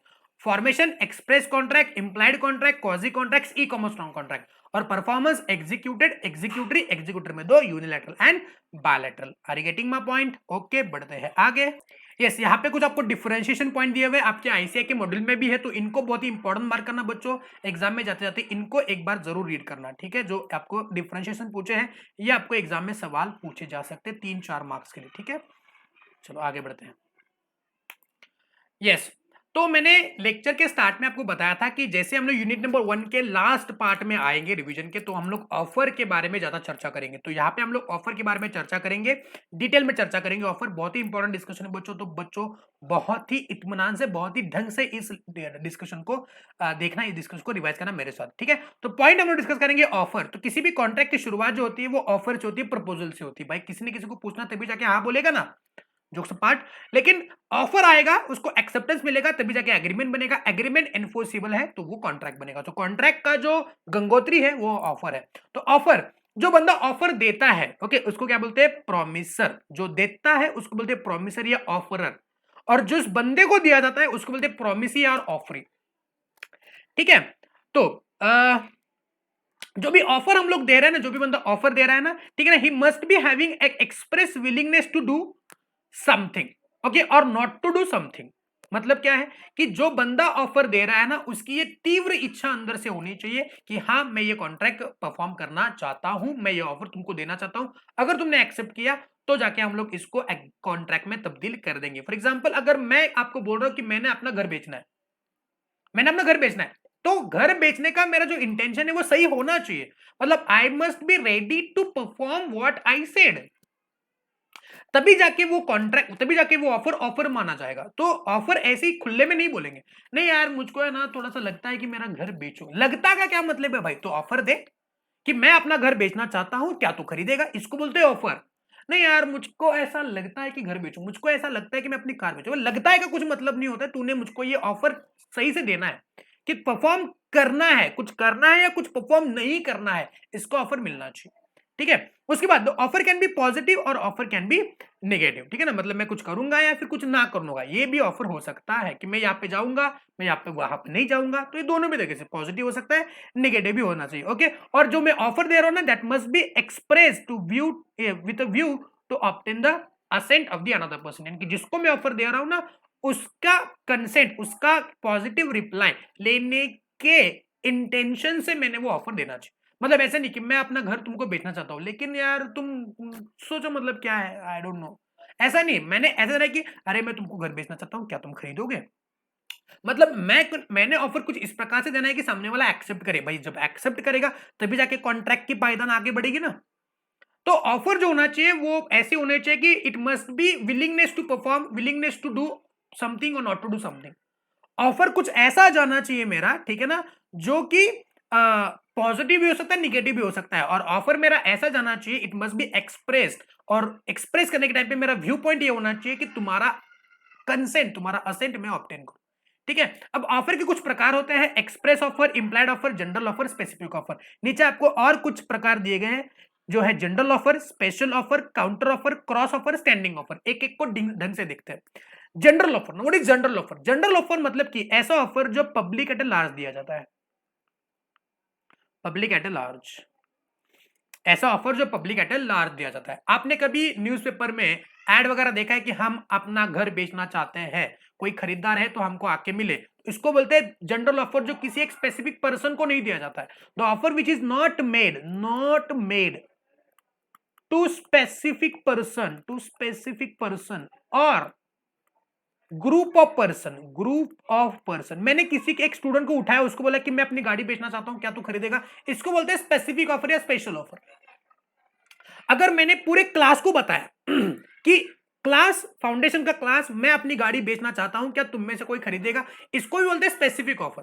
मैंने public at large को नहीं दिया है, मतलब मैंने दुनिया भर को ऑफर नहीं दिया कि मैं अपनी गाड़ी बेचना चाहता हूं, क्या कोई खरीदना चाहता है, ऐसे नहीं। मैंने किसी स्पेसिफिक पीपल को, पर्सन को बोला, या फिर ग्रुप ऑफ पर्संस को मैंने बोला स्पेसिफिक, जो उसको एक्सेप्ट कर सकता है। और जनरल ऑफर में एक बात सही से समझो कि जो ऑफर जनरल ऑफर होता है ना, वो कोई भी एक्सेप्ट कर सकता है, कोई भी, पब्लिक में से कोई भी उसको एक्सेप्ट कर सकता है, प्रोवाइडेड वो कैपेसिटी टू कॉन्ट्रैक्ट है। लेकिन जनरल, जो जहां पे स्पेसिफिक कॉन्ट्रैक्ट की बात करता हूं, स्पेशल कॉन्ट्रैक्ट की बात करता हूं, तो वही बंदा एक्सेप्ट कर सकता है जिसको मैंने दिया है। जैसे कि मैंने किसी बंदे को, किसी स्टूडेंट को बोला कि क्या तुम खरीदना चाहते हो, कोई दूसरा स्टूडेंट एक्सेप्ट नहीं कर सकता। या फिर मैंने बोला कि फाउंडेशन के बच्चे मुझको एक्सेप्ट, फाउंडेशन में से कोई बंदा मुझको एक्सेप्ट करेगा, तो फाउंडेशन में से कोई बंदा ही मुझको एक्सेप्ट करेगा, इंटर वाला बंदा मुझको एक्सेप्टेंस नहीं दे सकता। अगर मैंने पब्लिक एट लास्ट दिया हुआ है, तो पब्लिक में से फाउंडेशन हो, इंटर हो, फाइनल हो, या फिर कोई भी बंदा, दुनिया में कोई भी बंदा, स्वरूप सर, स्वप्निल सर, जो भी हो, कोई भी उसको एक्सेप्टेंस दे सकते हैं। तो ये डिफरेंस है जनरल ऑफर और स्पेसिफिक ऑफर में। General offer which is made to the public at a large, not to specific person, not to a specific group of person. Special offer बराबर उसका उल्टा, the offer which is made to specific person और specific group of person, उसको बोलते हैं special offer. और special offers में वही बंदा एक्सेप्ट कर सकता है जो, जिसको हमने ऑफर दिया हुआ है, ठीक है ना, नॉट एनी अदर पर्सन। उसके बाद आएगा counter offer. What is counter offer? ऐसा ऑफर जो ऑफर को दूसरा ऑफर मिला है। फॉर एग्जांपल, ए ने बी को ऑफर दिया कि मैं तुमको अपनी बाइक बेचना चाहता हूं, बाइक एट ₹20,000, एट ₹20,000। बी बोला पागल है क्या, 20,000 में कबाड़िया है, मैं तुम्हारा बाइक खरीदूंगा फॉर ₹5,000। तो यहां पे देखो, ए ने पहला ऑफर दिया, ऑफर नंबर 1, और बी ने ए को वापस एक ऑफर दिया, ऑफर नंबर 2। तो ऑफर नंबर 2 को हम लोग काउंटर ऑफर बोलते हैं। क्या बोलते हैं? Counter offer. ओके, लड़कियां बार्गेनिंग करती है ना, तो इसको बोलते हैं काउंटर ऑफर। क्लियर है? तो यहां पे क्या होता है, काउंटर ऑफर में जो ओरिजिनल ऑफर है, ये जो ऑफर नंबर 1 ए ने बी को दिया था, वो क्या हो जाएगा? लैप्स हो जाएगा। तो ओरिजिनल ऑफर लैप्स होने से जो ओरिजिनल ऑफरर था ए, वो ऑफरी बन गया। व्हाई? बिकॉज बी ने अभी उसको नया ऑफर दिया, और ओरिजिनल ऑफरी जो था ऑफर नंबर 1 में, वो ऑफरर बन गया। तो काउंटर ऑफर में याद रखना कि ओरिजिनल ऑफरर बिकम्स ऑफरी, और ओरिजिनल ऑफरी बिकम्स ऑफरर, और पुराना ऑफर क्या हो जाता है? लैप्स हो जाता है। क्लियर है? नेक्स्ट वन है cross offer. What is cross offer? तो नेक्स्ट ऑफर है cross offer. What is cross offer? जहां पे दो बंदे सेम ऑफर एक दूसरे को एक्सचेंज करते हैं without the knowledge that the person, other person has given me the same offer. जैसे कि ए और बी, ठीक है ना। ए ने बी को क्या किया? एक लेटर लिखा जिसमें उसने बोला कि I want to sell my bike to you at ₹10,000, at ₹10,000। अब वही बी ने क्या किया, और एक लेटर लिखा ए को उसी टाइम पे कि I want to purchase your bike at ₹10,000, at ₹10,000। Okay, तो बताएंगे दोनों कॉन्ट्रैक्ट के टर्म सेम है, selling bike, purchasing bike, 10,000 10,000। Okay, parties भी सेम है। तो दो पार्टीज ए और बी अगर सेम आइडेंटिकल, कॉन्ट्रैक्ट आइडेंटिकल होना चाहिए, एग्रीमेंट ऑफर जो होना चाहिए वो आइडेंटिकल होना चाहिए, ये बात इंपॉर्टेंट है। अगर दोनों पार्टीज आइडेंटिकल ऑफर एक दूसरे को एक्सचेंज करते हैं, और दोनों पार्टी इग्नोरेंस में है कि उन लोगों ने एक दूसरे को सेम ऑफर क्या किया है, एक्सचेंज किए हैं, तो उसको बोलते हैं क्रॉस ऑफर। ओके, आपने रामायण महाभारत में देखा ना, यहाँ से एक एरो है, यहाँ से एक एरो है, ऐसा करके दोनों ऑफर चलेंगे, तो ऐसे ही यहाँ पे भी होता है। ठीक है, तो जो जहां पे दो पार्टीज एक दूसरे को आइडेंटिकल ऑफर एक्सचेंज करते हैं with ignorance that they have exchange the identical similar offer, उसको बोलते हैं क्या? Cross offer. क्लियर है? हाँ, यहाँ पे अगर मान लेते हैं बी ने उसको लेटर लिखा रहता है कि मैं तुमको तुम्हारी गाड़ी खरीदना चाहता हूँ लेकिन 5 साल, तो यहाँ पे टर्म्स ऑफ कॉन्ट्रैक्ट क्या, सिमिलर नहीं है, आइडेंटिकल नहीं है, तो ये क्रॉस ऑफर नहीं माना जाएगा, ये काउंटर ऑफर माना जा सकता है। हालांकि है नहीं, लेकिन माना जा सकता है। ठीक है, नेक्स्ट वन है standing offer. What is standing offer? The offer which stand valid for a particular period of time. For example A ने बी को ऑफर दिया, ओके, क्या I want to sell the house to you, okay, you have to reply me till 10th of October 2020, okay. तो ये offer क्या, standing offer है। Standing offer मतलब कि ऐसा offer which is open for a particular period of time, for a specified period of time, तो उसको बोलते हैं क्या, स्टैंडिंग ऑफर। 10 तारीख के बाद, यानी कि 10 तारीख के रात के 12 बजे के बाद बी ए को एक्सेप्टेंस नहीं दे सकता। अगर बी ने उसको एक्सेप्ट करना है तो उसने 10 तारीख के रात के 12 बजे से पहले ही एक्सेप्टेंस दे देना है। क्लियर है? तो ये होगी क्या बोलो, कुछ classification of the offer. Clear है? यस, जनरल ऑफर में दो केस स्टडीज है, Carlill versus Carbolic smoke ball company और लालमन शुक्ला वर्सेस गौरीदत्त। इसका मैंने डिटेल्ड में केस स्टडी बनाया हुआ है अपने ईपीए केस स्टडी पे। ये पूरा डिस्कशन जो है वो ऑलरेडी किया हुआ है, तो जाके आप उन वीडियो को देख सकते हो। थोड़ा सा यहाँ पे ब्रीफ में समझ रहे थे क्या हुआ था। तो ये केस स्टडी है जनरल ऑफर के केस में। What is general offer? The offer which is made to the public at a large. तो Carlill versus Carbolic smoke ball company में क्या हुआ था, कार्बोलिक स्मोक बॉल कंपनी जो थी उन्होंने एक मेडिसिन बनाया था स्मोक बॉल, जो कि इन्फ्लुएंजा की बीमारी को मारता था। तो यहाँ पे उन्होंने क्या कर लिया, एक इन्फ्लुएंजा का जो स्मोक बॉल है वो मार्केट कर दिया, और एडवर्टाइजमेंट करने के टाइम उन्होंने लिखा कि कोई भी बंदा जिसको इसको कंज्यूम करेगा उसको इन्फ्लुएंजा की बीमारी नहीं होगी, अगर होगी तो हम आपको क्या करेंगे, कुछ रिवॉर्ड देंगे जो पाउंड 100 का है। ठीक है, तो मिसेस कार्लिल चलेगी मेडिकल स्टोर में, वहां से उन्होंने स्मोक बॉल खरीदी की है और वो कंज्यूम भी कर ली, लेकिन उसके बावजूद उनको इन्फ्लुएंजा का बीमारी हुई। तो कार्लिल ने केस ठोका कार्बोलिक स्मोक बॉल कंपनी के ऊपर और बोला कि मुझको रिवॉर्ड चाहिए। तो कार्बोलिक स्मोक बॉल कंपनी ने ये बोला कि आपने मुझको क्या नहीं किया, कम्युनिकेट नहीं किया परफॉर्मेंस का, आपने एक्सेप्टेंस कम्युनिकेट नहीं किया, तो इस केस में हम आपको रिवॉर्ड देने के लिए लायबल नहीं। You should have informed us that you have purchased it, you have consumed it. तो यहाँ पे उन्होंने बोला कि देखो बेटा, ये कॉन्ट्रैक्ट, ये ऑफर जो है जनरल ऑफर है, वो कोई भी बंदा उसको एक्सेप्ट कर सकता है, और इस केस में किसी भी प्रकार से कम्युनिकेशन का सॉरी एक्सेप्टेंस का कम्युनिकेशन करना जरूरी नहीं है। मैंने वो कंज्यूम कर लिया और आपके डायरेक्शन के हिसाब से किया है, तो मैंने आपको एक्सेप्टेंस दे दिया है, और जनरल ऑफर में कोई भी बंदा एक्सेप्टेंस दे सकता है। नेक्स्ट वन है लालमन शुक्ला वर्सेस गौरीदत्त। क्या हुआ था, गौरीदत्त का एक नेफ्यू था वो जो गुम हो गया।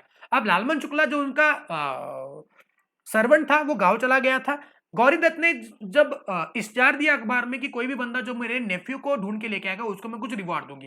Lalman Shukla is not aware of this offer, और लालमन शुक्ला ने उस नेफ्यू को ढूंढ के लेके आया। उसके बाद उसको पता चला कि ऐसा ऐसा ऑफर डिक्लेयर हुआ था, कब, जब वो नेफ्यू ढूंढने के बाद। तो Lalman Shukla file the case against Gauridatt for recovering the reward. तो गौरीदत्त ने बोला कि भले ये जनरल ऑफर है लेकिन तुमको उसका नॉलेज ही नहीं है, तो अगर ऑफर एक्सेप्ट करना है जनरल ऑफर तो आपको उस ऑफर का नॉलेज होना जरूरी है। अगर आपके पास नॉलेज नहीं है तो आपने वो ऑफर एक्सेप्ट किया इसे मान लें, ऐसे हम लोग जरूर नहीं मानेंगे। ठीक है, तो ये दो केस स्टडी यहाँ पे क्लियर हो गए। यस, तो ये हो गया ऑफर का कुछ बेसिक डिस्कशन। अब देखते हैं next point, very important, essentials for valid offer. Okay, offer के कुछ इसेंशियल्स भी होता है कि अगर ऑफर में ये एलिमेंट्स है, जैसे कि हमने सेक्शन नंबर 10 में कॉन्ट्रैक्ट के इसेंशियल एलिमेंट देखे थे, तो यहाँ पे हम लोग ऑफर में कौन कौन सी बातें होनी चाहिए जिसके बाद वो ऑफर वैलिड ऑफर माना जाएगा, अदरवाइज वो ऑफर नहीं है। पहला, offer must be capable of creating a legal relation. तो हमने कॉन्ट्रैक्ट में देखा था कि contract must be there with the intention to get legal relationship. वैसे भी ऑफर भी कुछ ऐसे प्रकार से आपने देना चाहिए जो कि उसका इंटेंशन होना चाहिए, फिर वो आपका लीगल रिलेशनशिप बनाए। यानी कि अगर किसी ने किसी का ब्रीच किया, अगर ऑफर का या फिर कॉन्ट्रैक्ट का ब्रीच किया, तो एक दूसरे के ऊपर राइट्स मिलने चाहिए, एक दूसरे के राइट मिलने चाहिए कि वो एक दूसरे के ऊपर केस फाइल करे। तो इसलिए यहाँ पे बोला है कि जो भी ऑफर होगा वो ऐसा होना चाहिए which creates the legal relationship between the person. Social invitations are not a valid offer. जैसे सोशल कॉन्ट्रैक्ट्स वैलिड नहीं होते, वैसे सोशल ऑफर भी क्या नहीं होते बोलो, वैलिड ऑफर। सोशल इन्विटेशन जो होता है वो वैलिड ऑफर नहीं माने जाते हैं। ठीक है, उसके बाद the offer must be certain, definite and not वेग। जैसे कि मैं तुमको बेचना चाहता हूं ऑयल, अभी कौन सा ऑयल भाई, तो ऑयल तो बोल, मैं तुमको अपनी गाड़ी, अरे मेरे पास 4 गाड़ियां है, उसमें से कौन सी गाड़ी में बेचना चाहता हूं तुमको तो पता ही नहीं है। तो ऑफर जो देनी चाहिए for selling of the car, तो वो डेफिनेट होनी चाहिए। मैं तुमको मेरी इस पर्टिकुलर कार के बारे में चर्चा कर रहा हूं और मैं ये बेचना चाहता हूं। Offer must be certain, definite, और वो वेग नहीं होनी चाहिए। Next one, it must be communicated to the offeree. हमने लालमन शुक्ला वर्सेस गौरीदत्त में देखा था, क्या लालमन शुक्ला को ऑफर का कम्युनिकेशन हुआ था, नहीं हुआ। तो क्या उसने ऑफर एक्सेप्ट किया है, नहीं किया। तो ऑफर का एक्सेप्टेंस होने के लिए ऑफर को कम्युनिकेट होना जरूरी है, ऑफर का कम्युनिकेशन, ऑफर का नॉलेज होना जरूरी है, किसको, ऑफरी को। जब कभी भी हम लोग ऑफर देंगे तो उसका कम्युनिकेशन होना बहुत जरूरी है। अगर कम्युनिकेशन नहीं हुआ है ऑफर का तो सामने वाला बंदा उसको कैसे एक्सेप्ट करे। मैंने मन ही मन में बोला कि मैं तुमको अपनी कार बेचना चाहता हूं लेकिन तुमको पता ही नहीं है, ओके, और मैंने बोला कि यार तुमने एक्सेप्ट ही नहीं किया। अरे एक्सेप्ट कैसा करेगा भैया, तुमको पता ही नहीं है। तो I should have informed you, I should have give knowledge to you the offer. उसके बाद दो it must be made with view to obtaining the assent of the other. तो जैसे हमने पहले भी देखा था कि जो भी ऑफर हम लोग दे रहे हैं ना, ये कुछ इस प्रकार से देना चाहिए कि सामने वाले बंदे का कंसेंट हम लोग ऑब्टेन करें, असेंट पॉजिटिव रिप्लाई हम लोग ऑब्टेन करें। ऑफर ऐसे नहीं देना चाहिए कि सामने वाला बंदा ना बोले, तो ये काय का ऑफर हुआ। नेक्स्टली इट में बी कंडीशनल। ऑफर क्या वर्जन है बोलो, कंडीशनल हो सकता है। व्हाट इज कंडीशनल, कि मैंने तुमको बोला कि मैं तुमको अपना घर बेचूंगा फॉर ₹1 करोड़, लेकिन तुमने 1 करोड़ रुपए मुझको कैसे चेक से देना है, मैं कैश से नहीं लूंगा, ठीक है। तो ये क्या कंडीशन है, जी हाँ। तो ऑफर में कंडीशंस डाले जा सकते हैं, हाँ, लेकिन एक्सेप्टेंस में कंडीशन नहीं हो सकता। हम लोग एक्सेप्टेंस में पढ़ेंगे। सो ऑफर का जो ऑफर जो होती है वो कंडीशनल भी हो सकती है, वो अनकंडीशनल भी हो सकती है। उसके बाद offer should not contain the terms non compliance of which would amount to acceptance. मतलब ऑफर में कुछ ऐसे कंडीशंस नहीं होनी चाहिए जिससे उसके नॉन कंप्लायंस से ऑफरर ये मान ले कि तुमने ऑफर एक्सेप्ट कर लिया। फॉर एग्जांपल मैंने तुमको एक ऑफर दिया और बोला कि तुमने अगर 5 तारीख तक मुझको रिप्लाई नहीं किया तो मैं मान लूंगा तुमने एक्सेप्ट कर लिया। भाई ऐसा थोड़ी ना होता है। आई शुड हैव टोल्ड यू। हाँ, आप ऐसे बोल सकते हो कि 5 तारीख तक रिप्लाई कर, अगर रिप्लाई करेगा तो सही है, 5 तारीख तक रिप्लाई नहीं करेगा तो तेरे लिए ऑफर लैप्स हो गया। हाँ, ये मैं बोल सकता हूँ, वो स्टैंडिंग ऑफर है। लेकिन मैं ऐसे नहीं बोल सकता कि 5 तारीख तक तू रिप्लाई करेगा, अगर रिप्लाई नहीं करेगा तो मैं मान लूंगा कि एक्सेप्टेंस है। नहीं भैया, ऐसा नहीं होता है। ऑफर में कुछ ऐसे टर्म्स नहीं होने चाहिए जिसका नॉन कंप्लायंस करने के बाद वो ऑफर एक्सेप्टेड मान ले, ठीक है। Next, offer can be specific और जनरल। हमने देखा ना, स्पेसिफिक मतलब किसी पर्सन को या ग्रुप ऑफ पर्सन को, जनरल मतलब पब्लिक एट लार्ज भी हो सकता है, ठीक है। उसके बाद 8th पॉइंट बड़ा ही इंपॉर्टेंट पॉइंट है, that offer must be different from the intent from the invitation to offer. Okay, इसके ऊपर आपको एग्जाम में सवाल आ सकता है, बहुत बारी इसके ऊपर डिटेल सवाल आया हुआ है कि explain offer must be different from invitation to offer. What is invitation to offer. कभी आप डीमार्ट गए हो, डीमार्ट या फिर किसी भी शॉपिंग मॉल में गए हो, डीमार्ट की बात क्यों करें, मैं डीमार्ट का ब्रांड एम्बेसडर नहीं हूं। कभी आप शॉपिंग मॉल वगैरह गए हो तो वहां पे क्या होता है, आपने जाना है, आपने कोई भी आपको जो चीज चाहिए वो लेनी है, बकेट में डालनी है, आपके वो गाड़ी में डालनी है, वो जो भी होता है ना गाड़ी, उसमें डालना है और आप काउंटर पे आएंगे। काउंटर पे आप क्या कर सकते हैं, उसका बिलिंग कर सकते हैं। तो यहाँ पे देखो जो डीमार्ट या शॉपिंग मॉल ने किया हुआ है, शेल्फ पे जो भी चीजें रखी हुई है, बताएंगे आपने उनको ऑफर दिया फिर उन्होंने आपको ऑफर दिया, आपने उनको ऑफर दिया फिर उन्होंने आपको ऑफर दिया। एक्चुअली आपने उनको ऑफर दिया। वाई, बिकॉज उन्होंने आपको इनविटेशन टू ऑफर दिया है। क्या दिया है, इनविटेशन टू ऑफर। मतलब उन्होंने आपको इनवाइट किया कि आओ और हमको ऑफर दे दो, समझे। उन्होंने आपको बोला कि आओ और हमको ऑफर दे दो, तो आपने क्या किया, आप चले गए, शेल्फ में से चीजें उठाई, ठीक है, और बकेट में डाली, आप काउंटर पे चले गए, इंप्लाइडली उसको बोला कि मैं ये चीज खरीदना चाहता हूं और उसका बिलिंग मुझको करवा कर दे दो। अब यहां पे देखो, आपने ऑफर दिया है, इसका मतलब ये है कि सामने वाला बंदा उसको रिजेक्ट भी कर सकता है, because it is at his description कि एक्सेप्ट करना है नहीं करना है। जनरली वो एक्सेप्ट करती है, लेकिन अगर डीमार्ट का वो जो बंदा या बंदी जो बिलिंग काउंटर पे खड़ा या खड़ी है, अगर उसने बोला कि sorry sir we can't sell it to you, sorry sir we can't sell it to you, तो उस केस में आपका ऑफर रिजेक्ट हो गया। तो इसका मतलब यह है कि आपने उनको ऑफर दिया और उन्होंने जो आपको दिया है वो दिया है इनविटेशन टू ऑफर। तो इनविटेशन टू ऑफर ऑफर नहीं होता है, यही बात यहाँ पे लिखी हुई है, ठीक है। उसके बाद statement of intention and announcement, कि मैं ये करना चाहता हूं, अरे भाई मैं अपना घर बेचना चाहता हूं, भाई ये ऑफर नहीं है, ये बस स्टेटमेंट है, ये अनाउंसमेंट है कि ऐसा ऐसा है। उसके बाद offer must be distinguish from answer to a question, किसी क्वेश्चन का आंसर दिया वो ऑफर नहीं होता है, ठीक है। नेक्स्टली, हाँ यस, ऑफर में भी एक्सप्रेस और इंप्लाइड। ऑफर क्या होगी बोलो, एक्सप्रेस भी हो सकती है, ऑफर इंप्लाइड भी हो सकती है। ओके, जैसे कि अभी हमने डीमार्ट का एग्जांपल लिया है, फिर मैंने कहा, मैंने आपको कुछ बोल के कॉन्ट्रैक्ट एंटर किया, कुछ लिख के कॉन्ट्रैक्ट एंटर किया, तो वो ऑफर क्या होती है, एक्सप्रेस या इंप्लाइड भी हो सकती है। Statement of price is not offer. मैंने क्या किया, अपने कार के ऊपर ऐसा बोर्ड लगा दिया कि ₹1,00,000, तो बताएंगे ऑफर है, मैंने तुमको ऑफर दिया कि आओ कार को खरीद लो, मैं अपनी कार बेच नहीं, मैंने लगाया 1,00,000, मुझको लगता है कि मेरी कार की कीमत 1,00,000 की दुनिया भर को पता चले। भाई जो statement of price is not an offer. मैंने बोला कि मेरी कार की कीमत 4,00,000 है, तो इसका मतलब थोड़ी ना कि तुम बोले कि हाँ मैं खरीदना चाहता हूं, नहीं। तो statement of price is not an offer, ठीक है। उसके बाद ये नीचे differentiation between offer and invitation to offer है, please mark it as important. आप इसको घर पे करेंगे, बड़ी ही इंपॉर्टेंट चीज है, इसको डिटेल में आप रिवाइज करना। हमने ऑफर और इनविटेशन टू ऑफर क्या है ये समझा दिया, रिवाइज कर लिया है। अब ये आपके ऊपर है कि आप किस प्रकार से उसको घर पे रीड करते हो, ठीक है। एक्स, यहां पे हमने ऑफर को डिस्कस कर लिया, अब देखते हैं एक्सेप्टेंस को। What is acceptance. जैसे कि ए ने बी को ऑफर दिया, ठीक है, तो उसके रिप्लाई में वो क्या करेगा, अपना पॉजिटिव रिप्लाई देगा, या फिर वो बोल सकते हैं नहीं नहीं मैं ये कॉन्ट्रैक्ट में एंटर नहीं होगा, मुझको तुम्हारा ऑफर एक्सेप्टेड नहीं है। तो दो प्रकार की रिप्लाई, एक तो पॉजिटिव जी हाँ बोल सकता है या फिर ना भी बोल सकता है। तो जो पॉजिटिव रिप्लाई आएगा बी से ए को, उसको बोलते हैं एक्सेप्टेंस, उसको बोलते हैं एक्सेप्टेंस। ओके, तो एक्सेप्टेंस मोटा मोटी बात कर ले तो क्या होता है, पॉजिटिव रिप्लाई, असेंट जिसको बोलते हैं। अपने कॉन्ट्रैक्ट के डेफिनेशन में सेक्शन 2 सबसेक्शन बी कहता है when a person to whom the proposal is made, जिसको हमने ऑफर दिया है, प्रपोजल दिया है, सिग्निफाइज यानी कि उसने बोला हिज असेंट देयर टू, अपना पॉजिटिव रिप्लाई दिया, the proposal is said to have been accepted. और प्रपोजल जब एक्सेप्ट किया जाता है तो वो बन जाता है प्रॉमिस। ठीक है, so when the person to whom the offer is made when he signifies his assent there to, तो उसको क्या बोलता है, एक्सेप्टेंस बोलता है। अब एक्सेप्टेंस के कुछ वैलिड रूल्स भी है, जैसे कि कॉन्ट्रैक्ट के हो गए, ऑफर के हो गए, वैसे एक्सेप्टेंस को भी देने के कुछ रूल्स है। क्या क्या रूल्स है, पहला, एक्सेप्टेंस जो है वो उसने ही देना चाहिए जिस बंदे को हमने ऑफर दिया है। तो acceptance can be given by the person, only by the person to whom the offer is made. जैसे कि अगर मान ले आपकी ऑफर जनरल ऑफर है या फिर आपकी ऑफर है स्पेसिफिक ऑफर, तो अगर आपकी ऑफर जनरल ऑफर है तो पब्लिक में से कोई भी बंदा, पब्लिक एट लार्ज कोई भी बंदा जो कि क्या है बोलो, जो कॉन्ट्रैक्ट में एंटर होने की उसकी कैपेसिटी है, जैसे कि वो माइनर नहीं है, वो अनसाउंड माइंड नहीं है, वो not declared as specifically not declared that he can not be enter into contract, ऐसा बंदा नहीं है, तो वो बंदा क्या कर सकता है, कॉन्ट्रैक्ट में एंटर हो सकता है, वो बंदा एक्सेप्टेंस दे सकता है। स्पेसिफिक ऑफर की बात करता हूं तो पर्टिकुलर पर्सन जिसको हमने ऑफर दिया है या फिर group of person, particular group of person, वही उसको एक्सेप्ट करते हैं, कोई और एक्सेप्ट नहीं कर सकता। ठीक है, so acceptance can be given by the person to whom the offer is made, जो हमने Carlill versus Carbolic smoke company में देख लिया था। ठीक है, तो पब्लिक ऑफर था तो कोई भी बंदा उसको एक्सेप्ट कर सकता है, जो मिसेस कार्लिन ने एक्सेप्ट किया था। Company can not deny the fact that they will not give the reward. उसके बाद एक्सेप्टेंस मस्ट बी मतलब कि यहाँ पे मैंडेटरी फोर्स है। एक्सेप्टेंस हमेशा और हमेशा एब्सोल्यूट होना चाहिए, वेग नहीं होना चाहिए, सर्टन होना चाहिए, और वो अनक्वालिफाइड होना चाहिए।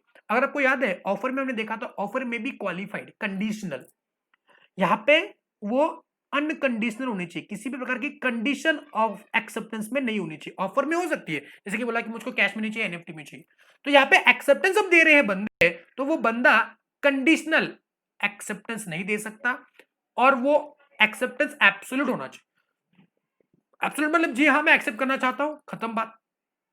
और अनकंडीशनल मतलब कि जैसे कि ए ने बी को ऑफर दिया कि मैं तुमको अपनी बाइक बेचना चाहता हूं, कितने में, 20,000 में। उसने बोला फालतू बाइक है, मैं 5 साल में खरीदूंगा।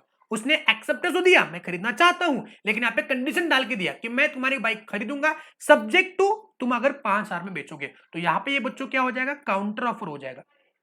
क्या हो जाएगा, काउंटर ऑफर हो जाएगा। और काउंटर ऑफर क्या नहीं है, एक्सेप्टेंस नहीं माना जाएगा। ठीक है, तो offer must be absolute, certain, definite, not vague, and it must be what, unqualified. उसके बाद acceptance must be communicated. Oh my god, बड़ी ही इंपॉर्टेंट चीज है। अब यहाँ पे केसरी हुआ है Brojen versus metropolitan railway company, इसके जरिए समझते ये पॉइंट है क्या। तो यहाँ पे ये पॉइंट ये बोला है, ब्रोजन एक बंदा था, मेट्रोपॉलिटन रेलवे कंपनी एक रेलवे कंपनी है। तो ब्रोजन क्या था, एक कोल सप्लायर था। तो मेट्रोपॉलिटन रेलवे कंपनी जो है उन्होंने एक ऑफर दिया था, सॉरी उन्होंने एक टेंडर निकला दिया था कि जो भी बंदा कोल सप्लाई करना चाहता है वो हमको ऑफर देते, तो इन्विटेशन टू ऑफर दिया, और जो बंदे आएंगे वो ऑफर देंगे। तो ब्रोजन ने क्या किया, उनको एक ऑफर दिया कि मैं तुमको कोल बेचूंगा एट सर्टन प्राइस, जो भी प्राइस था। अब मेट्रोपॉलिटन रेलवे कंपनी का जो मैनेजर था उसने वो ले लिया और बोला कि हाँ सही तो ऑफर है, तो उसने एक्सेप्ट किया और वो एक्सेप्टेंस ड्रॉवर में रख दिया। वो ब्रोजन को कभी कम्युनिकेट ही नहीं हुआ, वो ब्रोजन को कभी कम्युनिकेट ही नहीं हुआ, एक्चुअली कम्युनिकेट करना चाहिए था। और मीनवाइल ये हुआ कि मेट्रोपॉलिटन रेलवे कंपनी ने किसी और को, अदर को वो कॉन्ट्रैक्ट दे दिया। वो मैनेजर भूल गया कि ब्रोजन से ऐसा भी ऑफर आया भी था। तो ब्रोजन बोला कि नहीं नहीं मैंने तो इससे कम वाले प्राइस में आपको ऑफर दिया था, तुमने मुझको क्यों वो कॉन्ट्रैक्ट क्यों अलॉट नहीं किया। तो यहाँ पे बोला कि मैंने तुमको एक्सेप्टेंस तो दे दिया था, लेकिन वो एक्सेप्टेंस तुमको कभी कम्युनिकेट ही नहीं हुआ। तो एक्सेप्टेंस अगर कम्युनिकेट नहीं हो जाएगा तो वो कॉन्ट्रैक्ट नहीं बनेगा, वो आगे वो ऑफर जो है एक्सेप्टेंस के बाद प्रॉमिस नहीं बनेगा, और प्रॉमिस नहीं बनेगा तो एग्रीमेंट नहीं बनेगा, और एग्रीमेंट नहीं बनेगा तो वो कॉन्ट्रैक्ट नहीं बनेगा। तो ऑफर जो है वो ऑफर ही रही, वाई, बिकॉज एक्सेप्टेंस भले ही मिल गया है ऑफरी से, जब फिर जिस बंदे को हमने दिया है ऑफर उससे मिला है, लेकिन ये कम्युनिकेट नहीं हुआ है किसको, ऑफरर को। तो ऑफर का कम्युनिकेशन, ऑफर सॉरी एक्सेप्टेंस का कम्युनिकेशन होना बहुत जरूरी है। नेक्स्ट वन है acceptance must be in prescribed mode. What is prescribed mode? अगर मान लेते हैं कॉन्ट्रैक्ट में एक्सेप्टेंस का मोड फिक्स्ड किया हुआ है, मतलब फिक्स किया मतलब कि ए ने बी को बोला कि मैं तुमको अपनी गाड़ी बेचना चाहता हूँ, सेलिंग ऑफ बाइक अगेन, ठीक है ना। आई नो कि बाइक का एग्जांपल से आप ऊब चुके हो, लेकिन भाई अभी हम लोग सिखाने, हम रिवाइज कर रहे हैं, तो एक ही चीज को लेके हम लोग सारी बातें डिस्कस कर रहे हैं। तो सेलिंग द बाइक का कॉन्ट्रैक्ट एंटर किया, उसने बोला कि एक्सेप्टेंस जो है वो तुमने मुझको लेटर से ही देना है। तो कॉन्ट्रैक्ट में ही डिसाइड हुआ कि एक्सेप्टेंस जो है वो तुमने मुझको लेटर लिख के ही देना है। तो यहां पे बताएंगे बी जो है वो एक्सेप्टेंस देगा, लेकिन एक्सेप्टेंस कैसे देगा? वो लेटर लिख के देगा। बी ने ए को फोन कॉल किया कि हाँ मैं तुम्हारी गाड़ी खरीदना चाहता हूं, ये वैलिड एक्सेप्टेंस नहीं है, बिकॉज वो प्रिस्क्राइब्ड मोड में नहीं है। अगर कॉन्ट्रैक्ट में, अगर ऑफर में मोड ऑफ एक्सेप्टेंस प्रिस्क्राइब्ड है, कि ऑफर में लिखा गया है कि किस मोड में तुमने मुझको देना है, अगर ये लिखा हुआ है तो एक्सेप्टेंस उसी मोड में होना चाहिए। अगर अगर ऑफर में मोड प्रिस्क्राइब्ड नहीं है, मोड प्रिस्क्राइब्ड नहीं है, तो आप रीजनेबल मोड में दे सकते हो, यानी कि आपको जिस मोड में चाहे दे सकते हो, लेकिन वो रीजनेबल होना चाहिए। ठीक है, नेक्स्ट वन, टाइम। अब टाइम का मतलब क्या है? एक्सेप्टेंस भी विद इन टाइम देना चाहिए। जैसे कि मान लेते हैं कोई ऑफर स्टैंडिंग ऑफर है, स्टैंडिंग ऑफर मतलब कि मैंने तुमको बोला कि मैंने तुमको ऑफर दिया है जो 5 अक्टूबर तक क्या है वैलिड है, तो तुमने 5 अक्टूबर से पहले, 5 अक्टूबर रात के 12 बजे से पहले मुझको एक्सेप्ट देना है, बिकॉज 5 अक्टूबर को रात के 12 बजे के बाद, यानी कि 6 अक्टूबर से 6 ऑफ अक्टूबर से वो ऑफर तुम्हारे लिए लैप्स हो जाएगा, तुम एक्सेप्ट नहीं कर सकते। अगर मान लेते हैं ऑफर में टाइम प्रिस्क्राइब्ड नहीं है, जैसे कि यहाँ पे टाइम प्रिस्क्राइब था, अगर ऑफर में टाइम प्रिस्क्राइब्ड नहीं है तो तुम रिप्लाई कर सकते हो, लेकिन रीजनेबल लेंथ में, रीजनेबल टाइम में। जैसे कि मैंने तुमको ऑफर दिया लेकिन तुमने उसको रिप्लाई नहीं किया, मैंने तुमको ऑफर दिया कि I want to sell a milk to you, आपने बोला, आपने कुछ नहीं बोला, ठीक है, लेकिन मिल्क तो भाई पेरिशेबल है, एक दिन से ज्यादा मैं रुक नहीं सकता हूं, तो तुम्हारा रिप्लाई नहीं है, इसलिए मैंने किसी और को भेज दिया।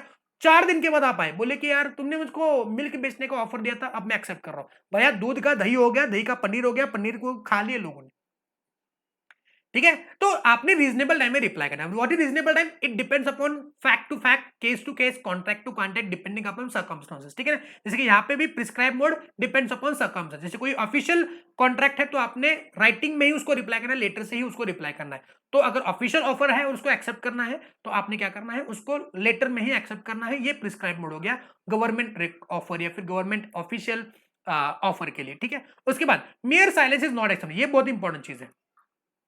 अगर सामने वाला बंदा अपनी चुप्पी साध रहा है, अगर वो कुछ नहीं बोल रहा है, तो आप उसकी चुप्पी को एक्सेप्टेंस नहीं मान सकते, ठीक है। तो सामने आपने किसी को ऑफर दिया लेकिन उससे कुछ जवाब ही नहीं है, तो आप उसका एक्सेप्टेंस है ऐसा आप नहीं मानेंगे। ये बात बहुत ही जरूरी चीज है, ठीक है। Next one, acceptance by the conduct और implied acceptance. What is this? अगर मान लेते हैं आपने ऑफर दिया हुआ है, ओके, और उस ऑफर में, अगर उस ऑफर में कुछ ऐसे कंडीशन डाले हुए हैं, उस कंडीशन का आपने कंप्लायंस कर दिया, तो वो एक्सेप्टेंस मान लिया जाएगा। उसके लिए आपको एक्सेप्टेंस कम्युनिकेट करने की जरूरत नहीं है, तो वो एक्सेप्टेंस एक्सेप्टेंस माना जाएगा, वो इंप्लाइड एक्सेप्टेंस माना जाएगा। What is express acceptance? Express यानी कि मैंने आपको सही से बोला कि ठीक है, तुमने जो ऑफर दिया है वो मैं एक्सेप्ट कर रहा हूं, तुमने जो ऑफर दिया वो मैं एक्सेप्ट कर रहा हूं, लेकिन अगर तुमने ऑफर देने के टाइम पे कुछ कंडीशन उसमें डाली कि अगर तुमने ये कर दिया तो मैं मान लूंगा एक्सेप्टेंस है, तो मैंने अगर वो चीज कर ली, जो कंडीशन उसको परफॉर्म कर ली, तो वो एक्सेप्टेंस माना जाएगा। फॉर एग्जाम्पल, अगर गवर्नमेंट ने बोला है, गवर्नमेंट ने एक ऑफर दिया, ठीक है, कि जो भी बंदा जो इस टेंडर को एक्सेप्ट करना चाहता है, उन्होंने टेंडर निकाला, जो इसको एक्सेप्ट करना चाहता है उसने हमको एडवांस देना है 1 लाख रुपए का। तो जो भी बंदा पहले हमको एडवांस देगा 1 लाख रुपए का, उसको एक्सेप्टेंस मान लेंगे। तो एक बंदा भाग के गया, 1 लाख का चेक लिख के गवर्नमेंट के ऑफिस में सबमिट कर लिया, उसने कुछ बोला ही नहीं कि मैं एक्सेप्ट करना चाहता हूं। 1 लाख का चेक जैसे डिपॉजिट हो गया, उसका कॉन्ट्रैक्ट, उसका ऑफर एक्सेप्टेड माना जाएगा, या फिर उसका एक्सेप्टेंस वैलिड माना जाएगा। क्लियर है? पक्का? तो ये होता है implied acceptance by the parties who is conducting some activity by which acceptance is term. जैसे कि डीमार्ट के एग्जांपल में आपने उसको ऑफर दिया कि I want to purchase this, तो उसने क्या किया, लिया बिल, लिया उसने, वो स्कैनर पे लगाया, कोड स्कैनर पे आपके नाम पे बिल निकला, आपने पैसे दिए, बात खत्म। क्या आपने किसी को बोला कि मैं खरीदना चाहता हूं, वो बोलेगा जी हाँ वेरी गुड, आप खरीदना चाहते हो, हम भी बेचना चाहते हैं, लाओ हम बिल बनाते हैं, ये रहा आपका बिल, प्लीज हमको पेमेंट करो। शट अप, ऐसे नहीं होता है, ये इंप्लाइड है। आपने उनके कंडक्ट से, आपने मतलब कि उस डीमार्ट वाले बंदा जो है या फिर बंदी जो है वो काउंटर पे खड़ी है, उसके एक्टिविटी से उसने लिया, स्कैन किया, बिल दिया, ये उसकी एक्टिविटी है कि उसने आपका ऑफर एक्सेप्ट कर लिया है। Are getting my point? समझे? क्लियर है?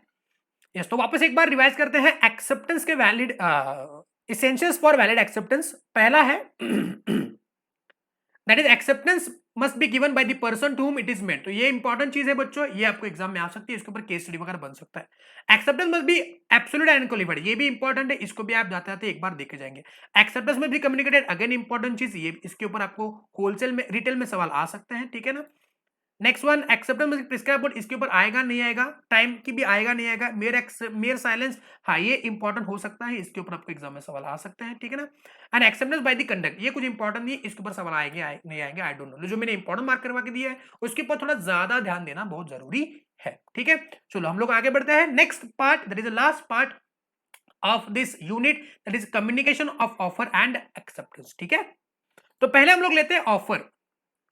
तो ऑफर का कम्युनिकेशन कब कंप्लीट होता है, हमने देखा था ऑफर की एसेंशियल में it must be communicated, acceptance में भी देखा कि acceptance must also be communicated.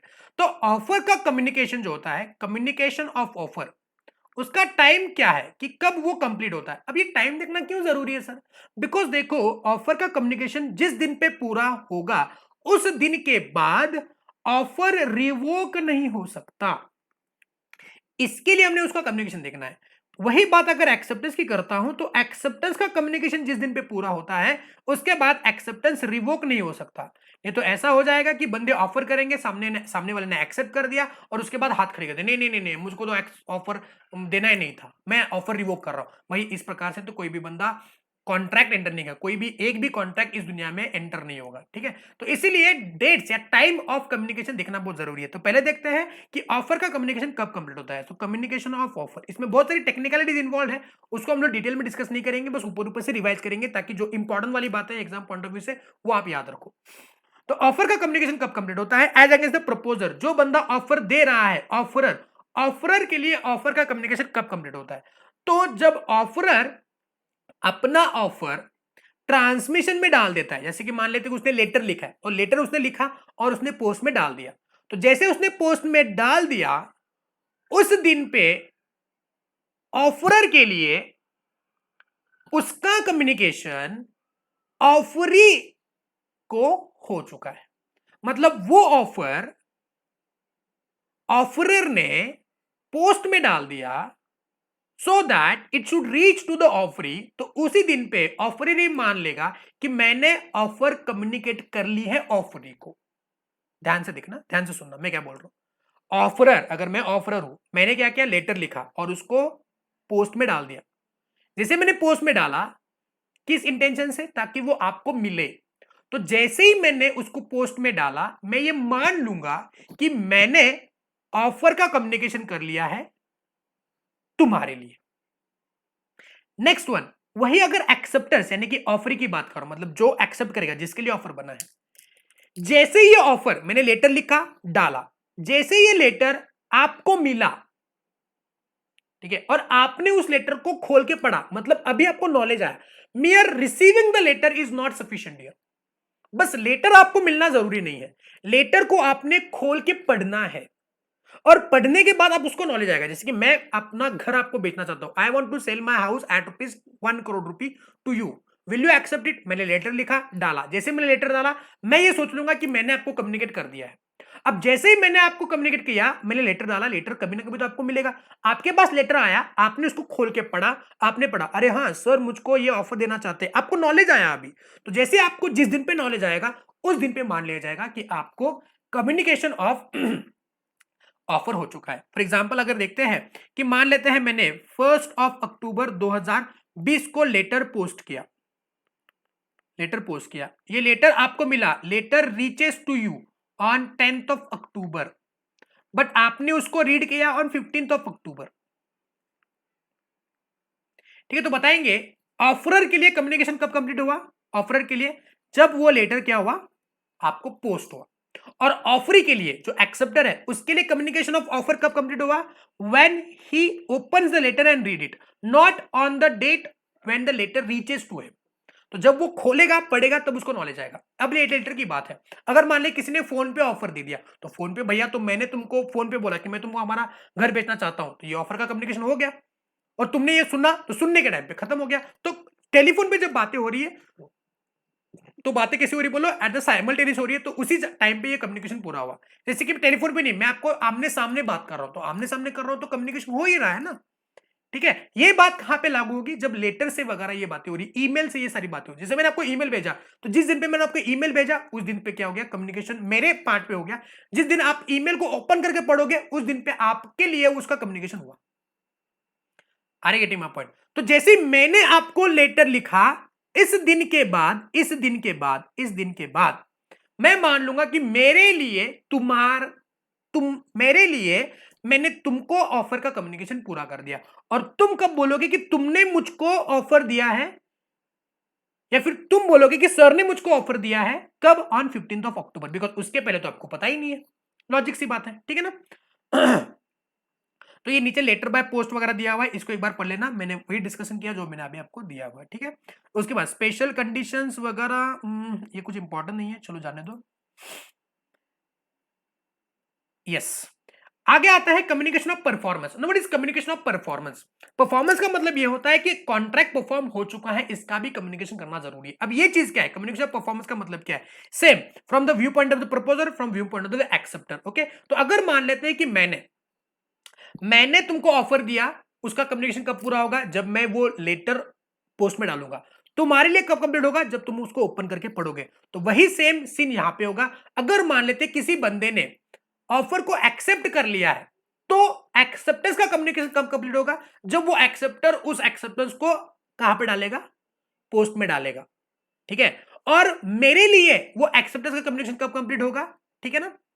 या फिर उस परफॉर्मेंस का कम्युनिकेशन कब कंप्लीट होगा? जब मैं उस लेटर को ओपन करके देखूंगा कि हां, तुमने परफॉर्मेंस कर दिया है। मैं एक्सेप्टेंस की बात नहीं कर रहा हूं, मैं परफॉर्मेंस की बात कर रहा हूं। थोड़ा कंफ्यूज मत हो जाना, ठीक है। तो मैं बात कर रहा हूं परफॉर्मेंस का कम्युनिकेशन की। तो जहां पे भी कॉन्ट्रैक्ट में जो बात लिखी हुई है उसका परफॉर्मेंस हो चुका है, तो उस परफॉर्मेंस का कम्युनिकेशन कब कंप्लीट होगा? तो जो बंदा, जो प्रपोजर है या फिर जो एक्सेप्टर है, उसके लिए कैसे कंप्लीट होगा? जैसे हमारा ऑफर का कम्युनिकेशन होता था, तुमने परफॉर्मेंस कर दिया, तो तुमने लेटर लिख के मुझको बोला कि मैंने परफॉर्म कर दिया है। तो जब तुमने लेटर भेजा, तुम्हारे लिए पूरा हुआ। आज जब मैं लेटर खोल के पढ़ा, तब मेरे लिए क्या हो गया? वो परफॉर्मेंस का कम्युनिकेशन पूरा हो चुका है, ठीक है। ये परफॉर्मेंस वाली चीज एग्जाम के लिए इतनी इंपॉर्टेंट नहीं है, ठीक है ना। इसको आप एक बार पढ़ के जा सकते हो। हाँ, communication of offer and communication of acceptance is really important. तो कम्युनिकेशन ऑफ एक्सेप्टेंस वगैरह हम लोग देखते हैं, ठीक है ना। तो एक्सेप्टेंस का कम्युनिकेशन एक बार देख लेते हैं, एक्सेप्टेंस का कम्युनिकेशन कब कंप्लीट होगा? तो एक्सेप्टेंस का कम्युनिकेशन भी उसी तरीके से है जैसे ऑफर का कम्युनिकेशन है, ठीक है ना। यहाँ पे देखो एक्सेप्टेंस का, मैं रिवोकेशन की बात नहीं कर रहा हूं, मैं एक्सेप्टेंस की बात कर रहा हूं। तो एक्सेप्टेंस के कम्युनिकेशन की बात कर रहा हूं। अगर मान लेते हैं ए ने बी को ऑफर दिया और बी ने उसको एक्सेप्ट किया, तो बी भी क्या करेगा? लेटर भेजेगा। लेटर भेज के क्या करेगा? एक्सेप्टेंस दे देगा। तो एक्सेप्टेंस का लेटर दिया। अगर मान लेते हैं बी ने 10 तारीख को लेटर पोस्ट किया, 10/10/2020, तो 10 तारीख को यह मान लिया जाएगा कि बी के लिए, जो बंदा एक्सेप्टेंस दे रहा है उसके लिए यह माना जाएगा कि 10 तारीख को उसने एक्सेप्टेंस कर लिया है। और ए को, जिसके लिए एक्सेप्टेंस दिया है, जब वो लेटर पढ़ेगा, when he has a knowledge of the acceptance, okay. अगर मान लेते उसको लेटर मिला 15 तारीख को, 15/10 को, और इसने लेटर पढ़ा 16 तारीख को, तो 16 तारीख को एक्सेप्टेंस का कम्युनिकेशन पूरा हुआ ऐसे मान लेगा। कौन? ए बोलेगा, बिकॉज उसको एक्सेप्ट का नॉलेज उसी दिन पे आया हुआ है ना। तब जब लेटर भेजा एक्सेप्टेंस का, तो जो लेटर भेज रहा है कौन? बी, एक्सेप्टर, उसके लिए उस दिन पूरा हुआ। और जिसके लिए भेजा है, जब वो लेटर उसके पास पहुंचा, उसने खोल के पढ़ा, तब उसके लिए एक्सेप्टेंस का कम्युनिकेशन पूरा हो चुका है। तो ऑफर और एक्सेप्टेंस के लिए लगभग सेम प्रोविजन है। अब बढ़ते हैं बहुत ही इंपॉर्टेंट चीज, revocation of offer and acceptance. मतलब हो सकता है कि जो मैंने ऑफर दिया है उसको मैं वापस ले लूं, कैंसिल करूं, या फिर जो एक्सेप्टेंस मिला है उसको मैं रिवोक करूं। तो ये रिवोकेशन भी पता होना चाहिए ना, जैसे कि ऑफर का कम्युनिकेशन होना जरूरी है, एक्सेप्टेंस का कम्युनिकेशन होना जरूरी है, वैसे revocation of the offer and acceptance भी करना जरूरी है ना। तो यहां पे देखो, ऑफर का रिवोकेशन और एक्सेप्टेंस का रिवोकेशन कैसे पूरा होता है। तो जो बंदा हु इज मेकिंग मतलब कि जो रिवोकेशन कर रहा है, भले वो ऑफर का रिवोकेशन हो या एक्सेप्टेंस का रिवोकेशन हो। अब ऑफर का रिवोकेशन कौन करेगा? ऑफर करेगा, मतलब ऑफरर ही ऑफर को वापस दे सकता है। और एक्सेप्टेंस को रिवोक कौन कर सकता है? जो बंदा जो एक्सेप्टेंस दे रहा है वही तो उसको रिवोक कर सकता है। तो ऑफर का रिवोकेशन और एक्सेप्टेंस का रिवोकेशन, जो भी बंदा रिवोकेशन कर रहा है, चाहे वो ऑफर का हो चाहे वो एक्सेप्टेंस का हो, उसके लिए कम्युनिकेशन कब कंप्लीट होगा? किसका? रिवोकेशन का।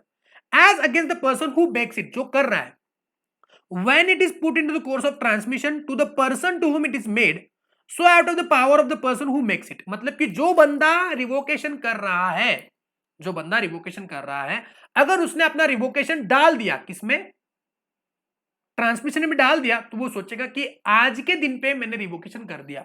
और against the person who made it when it comes to the knowledge of the other party for whom it is made.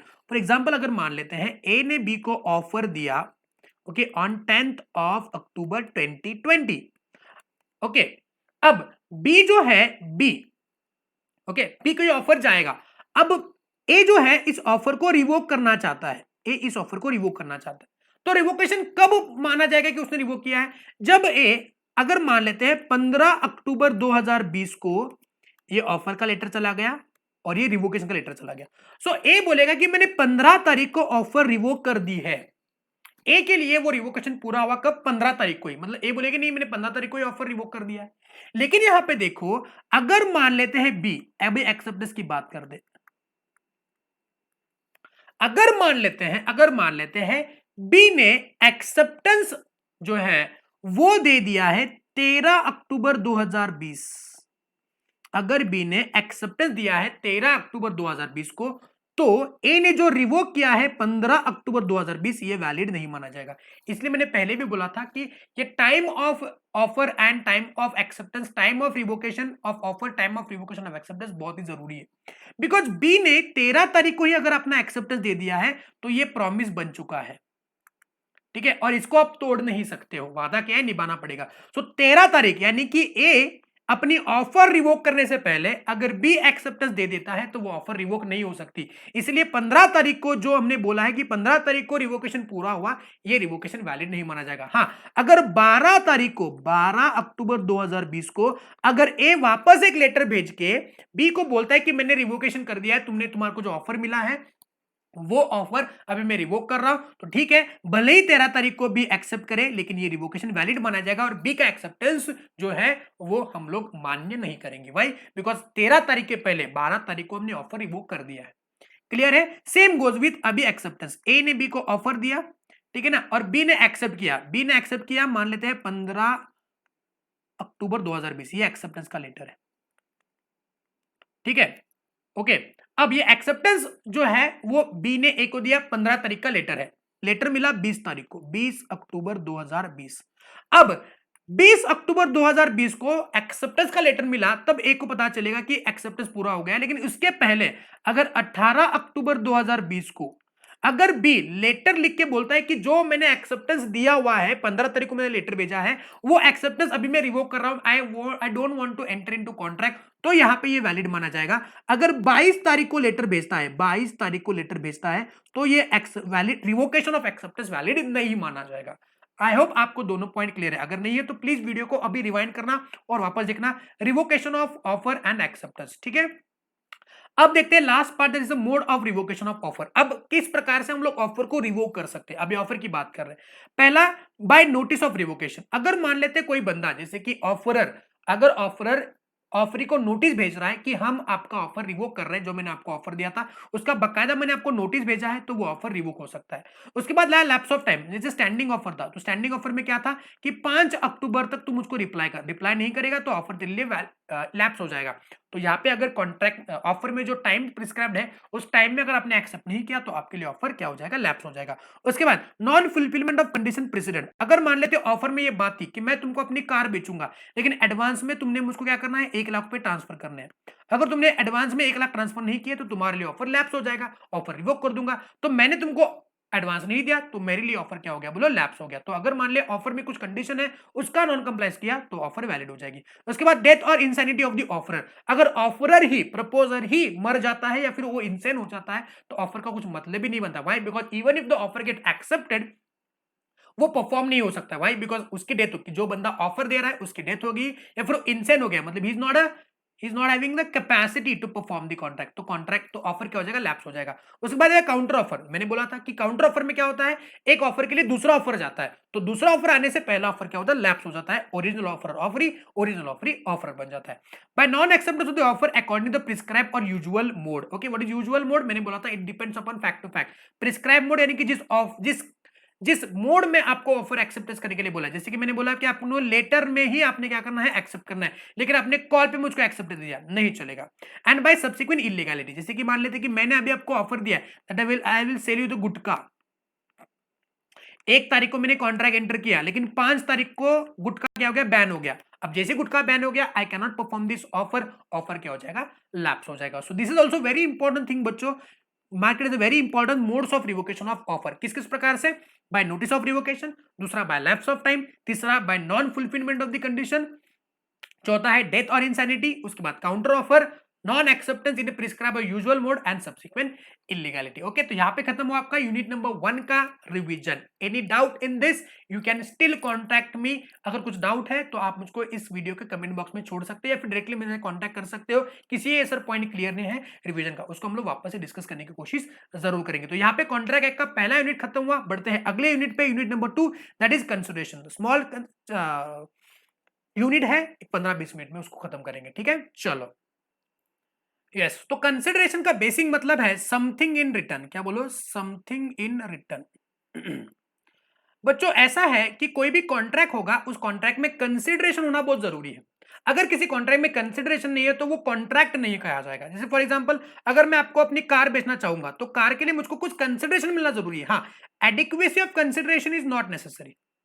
मतलब कॉन्ट्रैक्ट में कंसिडरेशन होना चाहिए, वो एडिक्वेट है या नहीं वो बात की बात है, लेकिन कुछ कंसिडरेशन होना चाहिए। हाँ, मैं आपको कार 1 रुपए में बेच सकता हूं, मैं आपको कार 1 करोड़ में भी बेच सकता हूं, लेकिन there must be some consideration, भले वो 1 रुपए का क्यों ना हो। अगर मान लेते कॉन्ट्रैक्ट में कंसिडरेशन नहीं है तो ये कॉन्ट्रैक्ट गिफ्ट वाले कॉन्ट्रैक्ट हो जाएंगे, और गिफ्ट वाले कॉन्ट्रैक्ट इंडियन कॉन्ट्रैक्ट एक्ट में कवर्ड नहीं है। Still they are contract but they will not be covered under the gift, they are not covered under the contract act, ठीक है। सो ऐसे कॉन्ट्रैक्ट जिसमें कंसिडरेशन है वही कॉन्ट्रैक्ट वैलिड माने जाते हैं। हमने सेक्शन नंबर 10 में भी पढ़ा था, there must be consideration and adequacy is not required. वो एडिक्वेट हो भी सकता है, इनएडिक्वेट भी हो सकता है, ये मेरी मर्जी, ऑफर की मर्जी कि किस कंसिडरेशन में आपको बेचा जाऊंगा। सो कंसिडरेशन का रियल मीनिंग है, अपने नॉर्मल मीनिंग देख रहे हैं लेमन टर्म्स में, समथिंग इन रिटर्न, यानी कि मैं आपको कार बेच रहा हूं, मैं आपको गुड्स बेच रहा हूं, उसके बदले मुझको कुछ मिलना चाहिए, तो उसको बोलते हैं कंसिडरेशन। तो कंसिडरेशन का लीगल मीनिंग देखो, सेक्शन नंबर 2D में डेफिनेशन दिया हुआ है, when at the desire of the promisor, promisor की डिजायर पे, यानी कि इससे सबसे इंपॉर्टेंट बात ये समझती है कि कंसिडरेशन जो है वो हमेशा प्रोमिसर की डिजायर पे ही चलता है। कंसिडरेशन हमेशा प्रोमिसर की डिजायर पे ही चलता है, मतलब to decide the consideration, to fix the consideration, it is a power given to what, the promisor. So promisor के पास ही ये पावर दिया हुआ है कि वो कंसिडरेशन को फिक्स करे। When at the desire of the promisor, promisee or any other person, मतलब देखो कंसिडरेशन जो है वो प्रोमिसी भी दे सकता है या फिर कोई थर्ड पार्टी भी दे सकता है। जैसे कि मैंने आपको बोला कि मैं अपनी कार बेचना चाहता हूं, तो तुम भी मुझको उसके पैसे दे सकते हो, या फिर तुम्हारे पापा भी दे सकते हैं, या फिर कोई तुम्हारा फ्रेंड भी मुझको पैसे दे सकता है। मुझको पैसे मिलने से मतलब है, हाँ, एक्सेप्टेंस तुम नहीं देना है, एक्सेप्टेंस तुम्हारे पापा या तुम्हारा फ्रेंड नहीं दे सकता। इसका मतलब यह है कि there can be a stranger to a consideration but there can not be a stranger to a contract. Clear है। तो when at the desire of the promisor, promisee और any other person has done और abstain from doing, मतलब कुछ किया है या फिर कुछ नहीं किया है। डज और एब्सटेन फ्रॉम डूइंग, कुछ कर रहा है या फिर कुछ नहीं कर रहा है, या फिर प्रोमिसेस टू डू और एब्सटेन फ्रॉम डूइंग, यानी कि करेगा या ना करेगा। इसका मतलब यह है कि कंसिडरेशन जो है वो पास्ट भी हो सकता है, प्रेजेंट भी हो सकता है और फ्यूचर भी हो सकता है। सच एक्ट और abstinence is called as a consideration. जो भी काम वो उसके बदले करेगा या नहीं करेगा वो उसके लिए कंसिडरेशन माना जाएगा। तो इसमें से हमने कुछ एसेंशियल भी देख लिए कि कंसिडरेशन हमेशा प्रोमिसर के डिजायर पे चलता है। उसके बाद consideration can be paid by the promisor और एनी अदर पर्सन, और कंसिडरेशन पास्ट, प्रेजेंट और फ्यूचर भी हो सकता है। तो ये था डेफिनेशन ऑफ कंसिडरेशन। आगे बढ़ते हैं। कंसिडरेशन के कुछ इसेंशियल्स यहाँ पे दिए हुए। Consideration must move at the desire of the promisor. तो यहाँ पे हमने पहले देखा डेफिनेशन में कि कंसिडरेशन को डिसाइड करने का जो पावर है, यानी कि who will fix the consideration, fix करने का पावर किसको दिया है, बस ऑफर को दिया हुआ है। ऑफरी या फिर any other person can not decide the consideration. Case हुआ था दुर्गा प्रसाद वर्सेस बालदो, उसका मैंने डिटेल्ड में केस स्टडी बनाया हुआ है, उसका लिंक मैंने डिस्क्रिप्शन पर डाल दिया है। अगर किसी ने नहीं देखा है तो प्लीज जाके उस वीडियो को देख लेना, ठीक है ना। यहाँ पे मैं उसको डिस्कस नहीं करूंगा बिकॉज ये बहुत बड़ा केस स्टडी है। उस केस स्टडी से जाके आप उसको डिटेल में देख लो, आपके लिए बढ़िया रहेगा, ठीक है। तो कंसिडरेशन को फिक्स करने का जो राइट दिया हुआ है वो दिया हुआ है किसको, बोलो, ऑफर को दिया हुआ है। कोई और बंदा कंसिडरेशन को फिक्स नहीं कर सकता। उसके बाद consideration may move from the promisee और अनदर पर्सन, मतलब कंसिडरेशन जो है वो प्रोमिसी जिसको ऑफर दिया है वो भी दे सकता है, या फिर कोई और बंदा भी दे सकता है। जैसे मैंने आपको बोला कि मैंने आपको कार बेचने का ऑफर दिया, तो आपका जो प्राइस है वो आप भी सकते हैं या फिर आपके पापा भी पे कर सकते हैं। कंसिडरेशन कैन बी एग्जीक्यूटेड और एग्जीक्यूटरी, एसपीए ये consideration can be past, consideration can be present और कंसिडरेशन कैन बी फ्यूचर, ये बात किया है यहाँ पे। ठीक है, इसके मैंने आपको पहले एडवांस दिया था और इस एडवांस के बदले आप मुझको कभी कुछ दे रहे हो, तो मैंने आपको जो एडवांस पास्ट में दिया था वो एग्जीक्यूटेड कंसिडरेशन मैंने आपको ऑलरेडी दिया हुआ है। ठीक है, या फिर मैं आपको बोलूंगा कि तुम मुझको कार दे दो, मैं तुमको बाद में पैसे दूंगा, तो फ्यूचर एग्जीक्यूटरी भी हो सकता है। क्लियर है। उसके बाद कंसिडरेशन में पास्ट प्रेजेंट फ्यूचर वही बात का एक्सटेंशन है। उसके बाद consideration need not to be adequate, बहुत ही इंपॉर्टेंट चीज है बच्चों। मैंने आपको कार बेचा, अब कार मैं तुमको 1 रुपए में बेच रहा हूँ, 2 रुपए में बेच रहा हूँ, 10 रुपए में बेच रहा हूँ, 20 रुपए में बेच रहा हूँ, 20 करोड़ में बेच रहा हूँ, ये मेरी मर्जी है। तो कंसिडरेशन इनएडिक्वेट भी चलता है, तो there can be inadequate consideration, तो there can be what, inadequate consideration, there can be inadequate consideration. Consideration का एडिक्वेसी होना जरूरी नहीं है। ठीक है, उसके बाद next, performance of what one is legally bound to perform, the consideration must be different from the one which the person is already bound to perform. For example अगर मान लेते हैं कि मैं एक वकील हूं, मैं एक एडवोकेट हूं, तो मैं एडवोकेट हूं तो मैं आपसे फीस लूंगा, तो आपसे फीस मैंने किस लिए लिया है, ताकि मैं आपको केस लड़ूंगा। अब ऐसा नहीं होना चाहिए कि मैंने आपको बोला कि मैं तुम्हारे लिए केस लड़ूंगा और अगर मैं जीतूंगा तो तुमने मुझको ये एडिशनल पैसा देना है। वकील हूं, एडवोकेट हूं, तो मेरा ये ड्यूटी बनता है कि मैं तुम्हारे लिए केस जीतूं। ये कोई एडिशनल चीज नहीं है जिसके लिए मैं कंसिडरेशन मांग सकता हूं। तो consideration must be different from which the person is legally bound to perform, उसके लिए मैं एडिशनल कंसिडरेशन नहीं मांग सकता।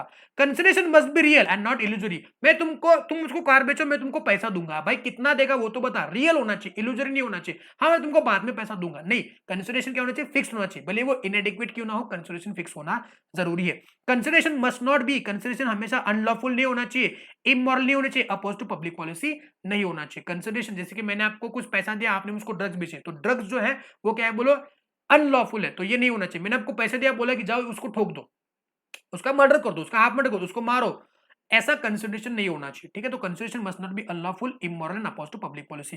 वापस एक बार रिवाइज करते हैं कंसिडरेशन के लीगल रूल्स। पहला, consideration must move at the desire of the promisor, promisor के पास ही हक है। उसके बाद कंसिडरेशन कोई और बंदा भी दे सकता है, जरूरी नहीं कि प्रोमिस ही दे। कंसिडरेशन क्या, पास्ट प्रेजेंट फ्यूचर भी हो सकता है। कंसिडरेशन एडिक्वेट होगा ऐसा नहीं है, इनएडिक्वेट भी हो सकता है। Consideration must be different from the person who is legally bound to perform existence. उसके बाद consideration must be real not illusory and it must not be unlawful, immoral, oppose to public policy. Please mark it as very important because exam में ये आपको आ सकता है। उसके बाद ये नेक्स्ट पॉइंट है, suit by the party to contract. तो यहाँ पे प्रीविटी ऑफ कॉन्ट्रैक्ट को डिस्कस करने वाले। What is privity to contract, only parties to the contract can file case against each other, no other person can file the case against party to contract. यानी कि ए और B के बीच में contract हुआ है, अगर दोनों में से किसी पार्टी ने, मान लेते हैं बी ने कॉन्ट्रैक्ट को परफॉर्म नहीं किया, तो it is only A who can file case. कोई और बंदा, ए का फादर, ए का ब्रदर, ए की मदर, ए का भाई, ये वो नहीं फाइल कर सकता, ए का नेबर नहीं। It is only A who has a right to file case against B. लेकिन इस केस के लिए, इस चीज के लिए, इस प्रीविटी टू कॉन्ट्रैक्ट के लिए एक्सेप्शंस है। क्या क्या एक्सेप्शंस है, अगर मान लेते आपने ट्रस्ट के केस में कॉन्ट्रैक्ट एंटर किया है, तो जो पार्टी कॉन्ट्रैक्टिंग पार्टी नहीं है वो भी कॉन्ट्रैक्टिंग पार्टीज के ऊपर केस फाइल कर सकती है। ओके, यहां पे देखो, beneficiary can enforce his right under the trust though he was not a party to the contract between settler and the trustee। what is settler, जैसे कि मान लेते हैं कोर्ट ने किसी एक बंदे को अपॉइंट किया as a trustee.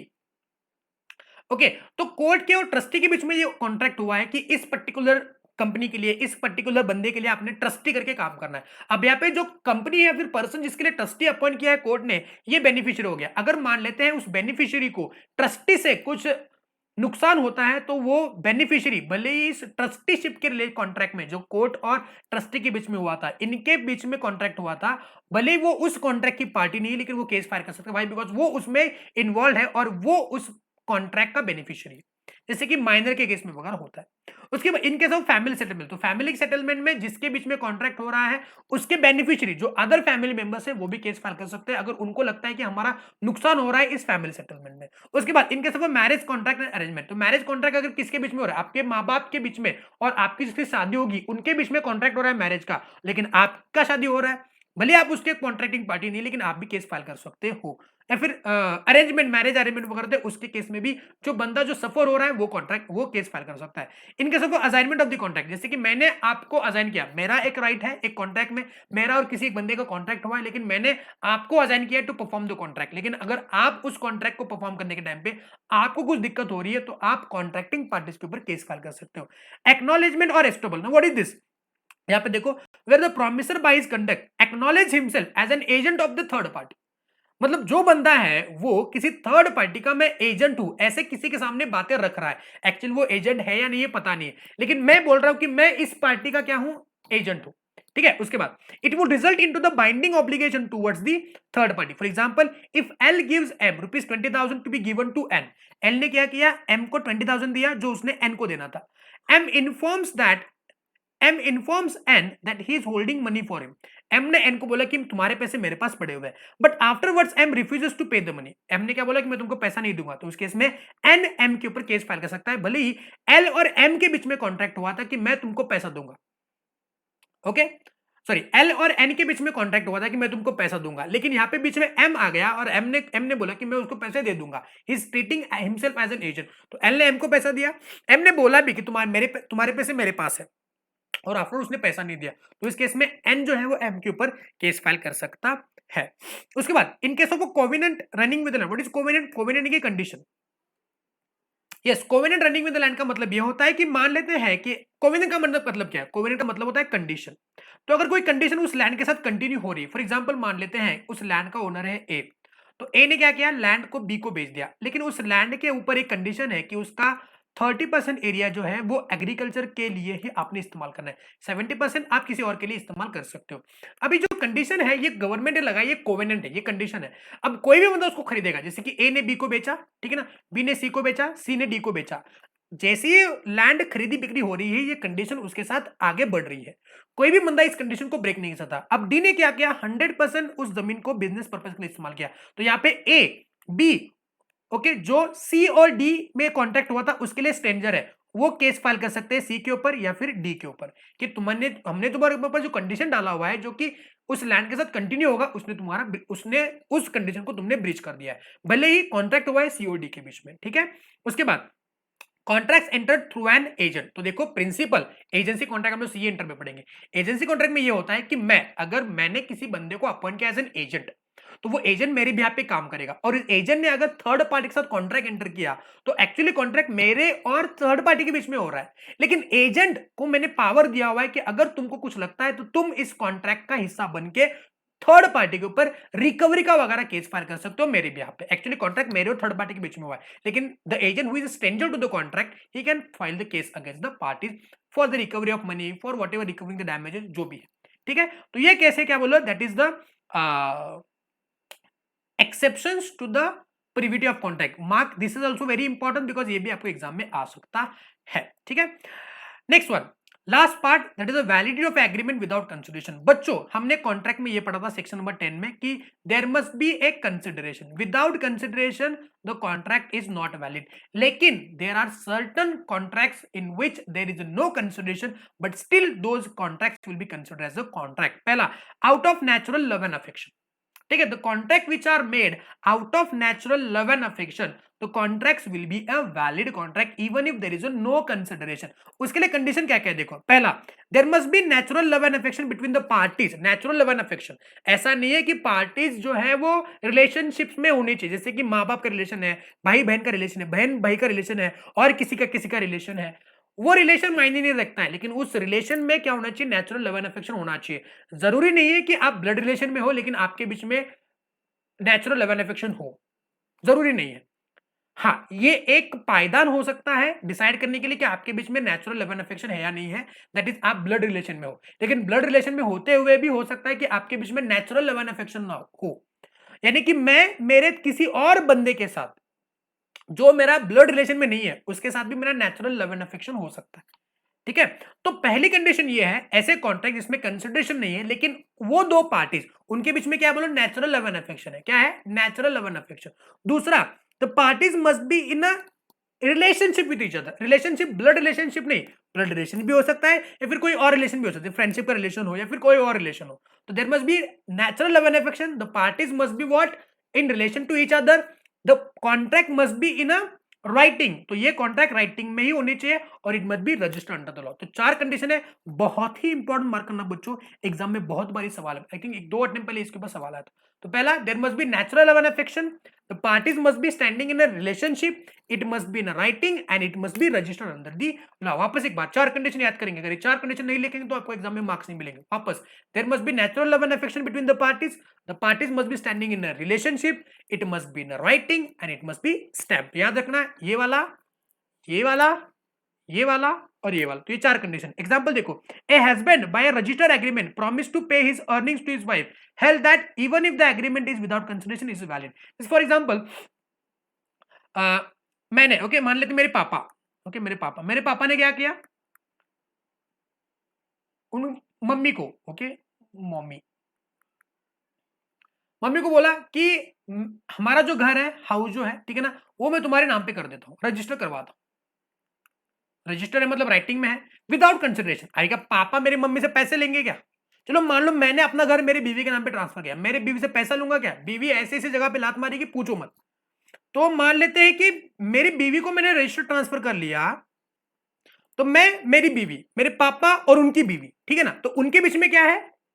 Natural love and affection, relationship में है, राइटिंग में भी है, रजिस्टर मतलब राइटिंग में है और विदाउट कंसिडरेशन है, ठीक है ना, और वो रजिस्टर भी अंडर द लॉ। तो बताएंगे क्या मैं मेरी बीवी से पैसा ले सकता हूं? नहीं। क्या मेरे पापा उनकी बीवी से पैसा ले सकते? नहीं ले सकते। क्या मैं अपने पापा से पैसे ले सकता हूं? पापा बोलेंगे पागल, तुझको जो मैंने अभी इतना बड़ा बनाया है मेरी वजह से बड़ा है, पैसे थोड़ी ना लूंगा पापा से, नहीं लूंगा। तो ये कॉन्ट्रैक्ट भले ही इसमें कंसिडरेशन नहीं है लेकिन ये वैलिड है। अगर मैंने रजिस्टर कॉन्ट्रैक्ट किया मेरी बीवी के साथ कि मैं तुमको घर बेचूंगा और मैंने को घर नहीं दिया, तो मेरी बीवी मेरे ऊपर केस ठोक सकती है।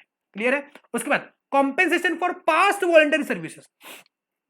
What is past voluntary services? अगर मान लेते किसी बंदे ने किसी को पास्ट में वॉलंटरीली कुछ सर्विसेज प्रोवाइड कर ली है और उस सर्विसेज के लिए आज मैं उनको क्या कर रहा हूं, कुछ पैसे पे करने का वादा कर रहा हूं, तो ये कॉन्ट्रैक्ट भी वैलिड है। अब होता यूं है, मान लेते हैं कि बहुत साल पहले, okay, there was an advocate, okay, उस एडवोकेट ने मेरे बिहाफ पे एक केस लड़ा था, ओके, एक केस लड़ा था कोर्ट में, ओके, और उन्होंने ये वॉलंटरली किया। वॉलंटरली मतलब मैंने उनको नहीं बोला कि मेरे बिहाफ पे केस फाइल करो, वो मेरे जान पहचान के थे, तो उन्होंने मेरे बिहाफ पे केस जो है वो दाखिल किया और वो मेरे बिहाफ पे केस उन्होंने लड़ा भी, ठीक है, लेकिन उसके लिए उन्होंने कुछ पैसे नहीं दिए। पास्ट वॉलंटरी सर्विसेज मुझको दिया, एडवोकेसी की सर्विस वॉलंटरी दी, उसके लिए मैंने उसके लिए उन्होंने मेरे से कुछ पैसे नहीं लिए, ठीक है। आज मैं कुछ कमाता हूं तो मैंने बोला अरे यार वकील काका, अरे यार तुमने हमारे लिए वो केस लड़ा था, उसकी वजह से आज मैं जो हूं वो उसकी वजह से हूं, आज मैं तुमको पैसे पे करूंगा, I will pay you the money. लेकिन बताएंगे बच्चों अब मैं जो पैसा पे कर रहा हूं उसके लिए क्या हमारे बीच में कुछ कॉन्ट्रैक्ट एंटर हुआ है? जी हाँ, नहीं हुआ है। तो जो पास्ट में सर्विस प्रोवाइड की है उसके लिए आज मैं पैसे पे कर रहा हूं, अब जो मैं पैसे पे कर रहा हूं उसके लिए मुझको कुछ कंसिडरेशन नहीं मिल रहा है, लेकिन कंसिडरेशन पास्ट भी हो सकता है। मेरे लिए कंसिडरेशन क्या है? जो उन्होंने सर्विस प्रोवाइड की है, तो इसलिए पास्ट वॉलंटरी सर्विसेज के लिए भले ही कंसिडरेशन नहीं है लेकिन वो वैलिड है। लेकिन उसके लिए एसेंशियल क्या है? The services must have been entered voluntarily, rendered voluntary, मतलब जो वकील साहब है, वकील काका जो है, उन्होंने मुझको वॉलंटरी सर्विस पे किए थे। उसके बाद service must have been rendered to the promisor, यानी कि मैं जो प्रॉमिस कर रहा हूं अभी पैसे पे करने का, उनको सर्विस मिलनी चाहिए। किसी और को सर्विस दिया था और मैं पैसे पे कर रहा हूं, नहीं चलेगा। The promising must be in existence at the time of the services were rendered, and promiser must have intended to compensate the promise. Example, P finds R's purse, P को R की पर्स मिली और P ने R को वो purse वापस दी। अब यहाँ पे R क्या कर रहा है? उसको 10,000 रुपए देने का वादा कर रहा है, तो ये वैलिड है। अगर उसने नहीं दिया तो वो केस फाइल जरूर कर सकता है, ठीक है। उसके बाद promise to pay time bar date, अब ये बहुत ही जरूरी है। Time bar date, what is time bar date? उसको हम लोग कॉमनली TBD बोलते हैं। What is TBD? Time bar date. Time bar date का मतलब क्या होता है? अब as per the limitation act time bar date के सिनेरियो अलग अलग है। एग्जाम्पल के तौर पे अगर मान लेते हैं ए ने बी को कुछ गुड्स बेचे हैं, गुड्स सेल, दिन था 1 जनवरी 2019, उस दिन पे गुड्स सेल किए और ये गुड्स जो बेचे थे ऑन क्रेडिट पे बेचे थे। किस पे? ऑन क्रेडिट पे। तो ए ने बी से प्राइस भी रिकवर करना है। अब ये प्राइस का रिकवरी 3 सालों तक नहीं हो रहा है। 3 साल मतलब कि 2019 का साल पूरा चला गया, उसके बाद 2020 का साल पूरा चला गया और 2021 का साल भी पूरा चला गया। अगर कोरोना के चक्कर में वो जिंदा रहता है तो 2021 का साल पूरा हो गया 31 दिसंबर 2021, ये भी खत्म हो गया। जैसे ही हैप्पी न्यू ईयर 1 जनवरी 2022 आया, इस दिन पे ये जो डेट है, मान लेते हैं गुड्स की कीमत थी 10,000 रुपए, इस दिन पे ये डेट क्या हो गया, टाइम बार्ड हो गया। As per the limitation act 3 साल तक अगर किसी भी डेट का रिकवरी नहीं होता है तो वो डेट बन जाता है टाइम बार डेट, और टाइम बार डेट के रिकवरी के लिए कोई भी केस फाइल नहीं कर सकता। ये चला गया कोर्ट में, जज साहब मेरे साथ नाइंसाफी हुई है, जज साहब मुझको मेरा इंसाफ दे दो, मुझको मेरे 10,000 दे दो। दिन था 15 अगस्त, भारत माता की जय, 2022। जज साहब बोले पागल, डेट कब बना था, 1 जनवरी, आज तो आया मेरे पास और बोल रहा है कि पैसे रिकवर कर। ये डेट टाइम बार्ड बन गया है ऑन और आफ्टर 1 जनवरी 2022, तू रिकवर नहीं कर सकता। बी को ये देख के क्या हुआ, बहुत ही बुरा लगा। बी ने बोला अरे यार ये इतना उसको मगजमारी है, चल मैं तुझको 10,000 रुपए दे देता हूं। कब, अब 20 अगस्त को बोल रहा है कि मैं तुमको क्या करूंगा, 20 अगस्त 2021 को बोल रहा है कि मैं तुमको क्या करूंगा, 21 को नहीं सॉरी 22 को, 20 अगस्त 2022 को बोल रहा है कि मैं तुमको पैसे पे करूंगा, जो कि टाइम बार्ड हुआ था। लेकिन टाइम बार्ड डेट होने से ये जो ओरिजिनल कॉन्ट्रैक्ट था, ये कॉन्ट्रैक्ट क्या हुआ है, इनवैलिडेट हो चुका है। और अब जो 10,000 रुपए बी ए को पे कर रहा है, उसके लिए बी को कुछ कंसिडरेशन मिला नहीं है ऐसा मान लेंगे भाई, बिकॉज ओरिजिनल जो गुड्स मिले थे एज ए कंसिडरेशन, वो कॉन्ट्रैक्ट ही इनवैलिडेट हो चुका है। तो अब जो बी ए को 10,000 दे रहा है, क्या उसके लिए बी को किसी प्रकार का कंसिडरेशन मिल रहा है, नहीं मिल रहा है। लेकिन लॉ के नजरिए में अगर इंसानियत के नाते देखें तो ए को पैसा उसका मिलना चाहिए, इसीलिए ये एक्सेप्शन में डाला हुआ है और लिखा गया है कि भले ही कोई बंदा प्रॉमिस कर रहा है टाइम बार डेट पे करने का, तो वो वैलिड माना जाएगा, भले ही उसके लिए कंसिडरेशन नहीं है। हालांकि ऐसा नहीं कि कंसिडरेशन नहीं था, कंसिडरेशन था, लेकिन वो टाइम बार हो चुका था, इनवैलिडेट हो चुका था। ठीक है, उसके बाद एजेंसी कॉन्ट्रैक्ट। अब एजेंसी कॉन्ट्रैक्ट हम लोग सी इंटर में पढ़ेंगे।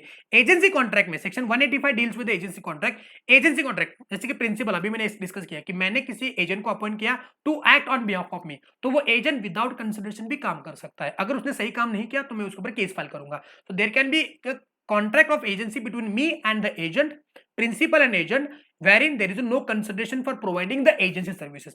next है completed gift. what is completed gift? completed gift यानी कि मैंने अगर कोई गिफ्ट उसको दे दी, किसी बंदे को दे दिया, हैप्पी बर्थडे, ये रहा गिफ्ट। अब उस कंप्लीटेड गिफ्ट के लिए, कंप्लीटेड गिफ्ट मतलब कि मैंने उस गिफ्ट का पोजेशन भी उसको ट्रांसफर कर दिया है। जैसे कि मान लो कोई कार है या फिर कोई भी मोबाइल वगैरह है, मैंने किसी को एज ए गिफ्ट दे दिया, तो जैसे ही मैंने गिफ्ट दे दिया उसके लिए कंसिडरेशन नहीं हो सकता है, बिकॉज गिफ्ट तो गिफ्ट होता है। ऐसा तो नहीं होता है कि आप किसी बर्थडे पार्टी पे जाते हो, उसको क्या बिस्किट का पूरा देते हो और उसको बोलते हो कि इसके 5 रुपए हो गए, मैं 5 रुपए देता। पागल है क्या, ये गिफ्ट होता है और गिफ्ट के लिए किसी प्रकार का कंसिडरेशन नहीं होता। लेकिन even if that is not, even if there is not consideration, it is still valid. ठीक है, उसके बाद नेक्स्ट वन है बेलमेंट। अब बेलमेंट कॉन्ट्रैक्ट जो है वो लोग सी एंटर में पढ़ेंगे। बेलमेंट में कुछ ऐसा होता है कि मान लेते हैं कि आपकी ज्वेलरी वगैरह, तो ज्वेलरी आपने क्या पॉलिशिंग के लिए किसको दे दिया, सुनार को दे दिया। तो सुनार क्या है, सुनार के पास वो ज्वेलरी चलेगी, तो इसको बोलते हैं bailment contract. The goods which are transferred by one person to another person for some purpose, upon accomplishment of the purpose, the goods shall be returned back to the original owner. ये C inter में पढ़ेंगे। अब जैसे ही वो bailment आपने सुनार को दे दिया, सुनार आपका पहचान वाला है, तो सुनार ने आपको वो पॉलिशिंग कर दिया विदाउट कंसिडरेशन। भाई कायम का गिरायक है, उसको कौन छोड़ेगा, तो आपने वो पॉलिशिंग का जो काम था वो बिना खर्चे में कर दिया, तो ये वैलिड माना जाएगा। अगर आपने अगर उसने ठीक से पॉलिशिंग नहीं की तो केस फाइल कर सकते हैं। और उसके बाद चैरिटी। चैरिटी तो पता है, चैरिटी मतलब क्या होता है, आपने चैरिटी किया, चैरिटी मतलब कि आपने जैसे अभी कोरोना के चक्कर में, लॉकडाउन में बहुत सारे लोगों को पैसों की जरूरत है, खाने पीने की जरूरत है, तो आपने ये चैरिटी किया। अब ये चैरिटी कॉन्ट्रैक्ट आपने किसी के साथ एंटर किया, फॉर एग्जांपल एक चैरिटेबल ट्रस्ट है, उस ट्रस्ट के साथ आपने कॉन्ट्रैक्ट एंटर किया कि मैं अपने जायदाद का 50% हिस्सा आपको देना चाहता हूं, और आपने वो 50% हिस्सा उसको नहीं दिया, तो बताएंगे क्या चैरिटी वाले केस फाइल कर सकते हैं? जी हाँ कर सकते हैं भाई, बिकॉज आपने यहाँ पे एक वैलिड कॉन्ट्रैक्ट एंटर किया है उस चैरिटेबल ट्रस्ट को कि मैं आपको 50% मेरे जायदाद का हिस्सा दूंगा, उसके लिए आपको कोई कंसिडरेशन नहीं मिल रहा है, आप फोकट में बांट रहे हो, लेकिन आपने कॉन्ट्रैक्ट तो एंटर कर लिया, और अगर आपने उनको ट्रांसफर नहीं किया तो आपके ऊपर केस फाइल कर सकती है वो चैरिटेबल ट्रस्ट। तो यहाँ पे बच्चों खत्म हुआ अपना यूनिट नंबर 2 ऑल्सो। तो हमने आज खत्म कर लिया यूनिट नंबर 1 और यूनिट नंबर 2 के रिवीजन। अगले वीडियो में हम लोग यूनिट नंबर 3 और उसके आगे वाले यूनिट को भी रिवाइज करेंगे। तो आई होप ये सारी बातें जो हमने रिवाइज की बहुत ही इंपॉर्टेंट, आपने उसको समझ लिया है, ढंग से रिवीजन वीडियो को देख लिया है। ये agreement without valid consideration, without any consideration, इसको भी इंपॉर्टेंट मार्क करना। जो भी मैंने इंपॉर्टेंट मार्क करवा के दिए है हर एक जगह पे, उसको प्लीज आपने सही ढंग से प्रिपेयर करना है एट योर ओन। ठीक है, और इसके बाद भी अगर आपको कुछ डाउट है तो आप मुझको वीडियो के कमेंट बॉक्स में या फिर डायरेक्टली मेरे से कांटेक्ट कर सकते हैं। कांटेक्ट नंबर डिस्क्रिप्शन बॉक्स में है, अगर नहीं है तो ये ले लो 9921458345, इस नंबर पे आप मुझको कांटेक्ट कर सकते हो। टेलीग्राम ग्रुप का लिंक भी मैंने इस वीडियो के डिस्क्रिप्शन पे दे दिया है, वहां पे जाके आप टेलीग्राम ग्रुप में ऐड हो सकते हो और वहां पे आपको और सारे अपडेट्स वगैरह मिलते जाएंगे और कुछ क्वेरी है तो वहां पे भी आप मुझको पूछ सकते हो। ठीक है, चलो सो बाय बाय, मिलते हैं अगले वीडियो में और रिवीजन के साथ और कॉन्ट्रैक्ट के और यूनिट्स के रिवीजन के साथ। Till then bye bye, love you all.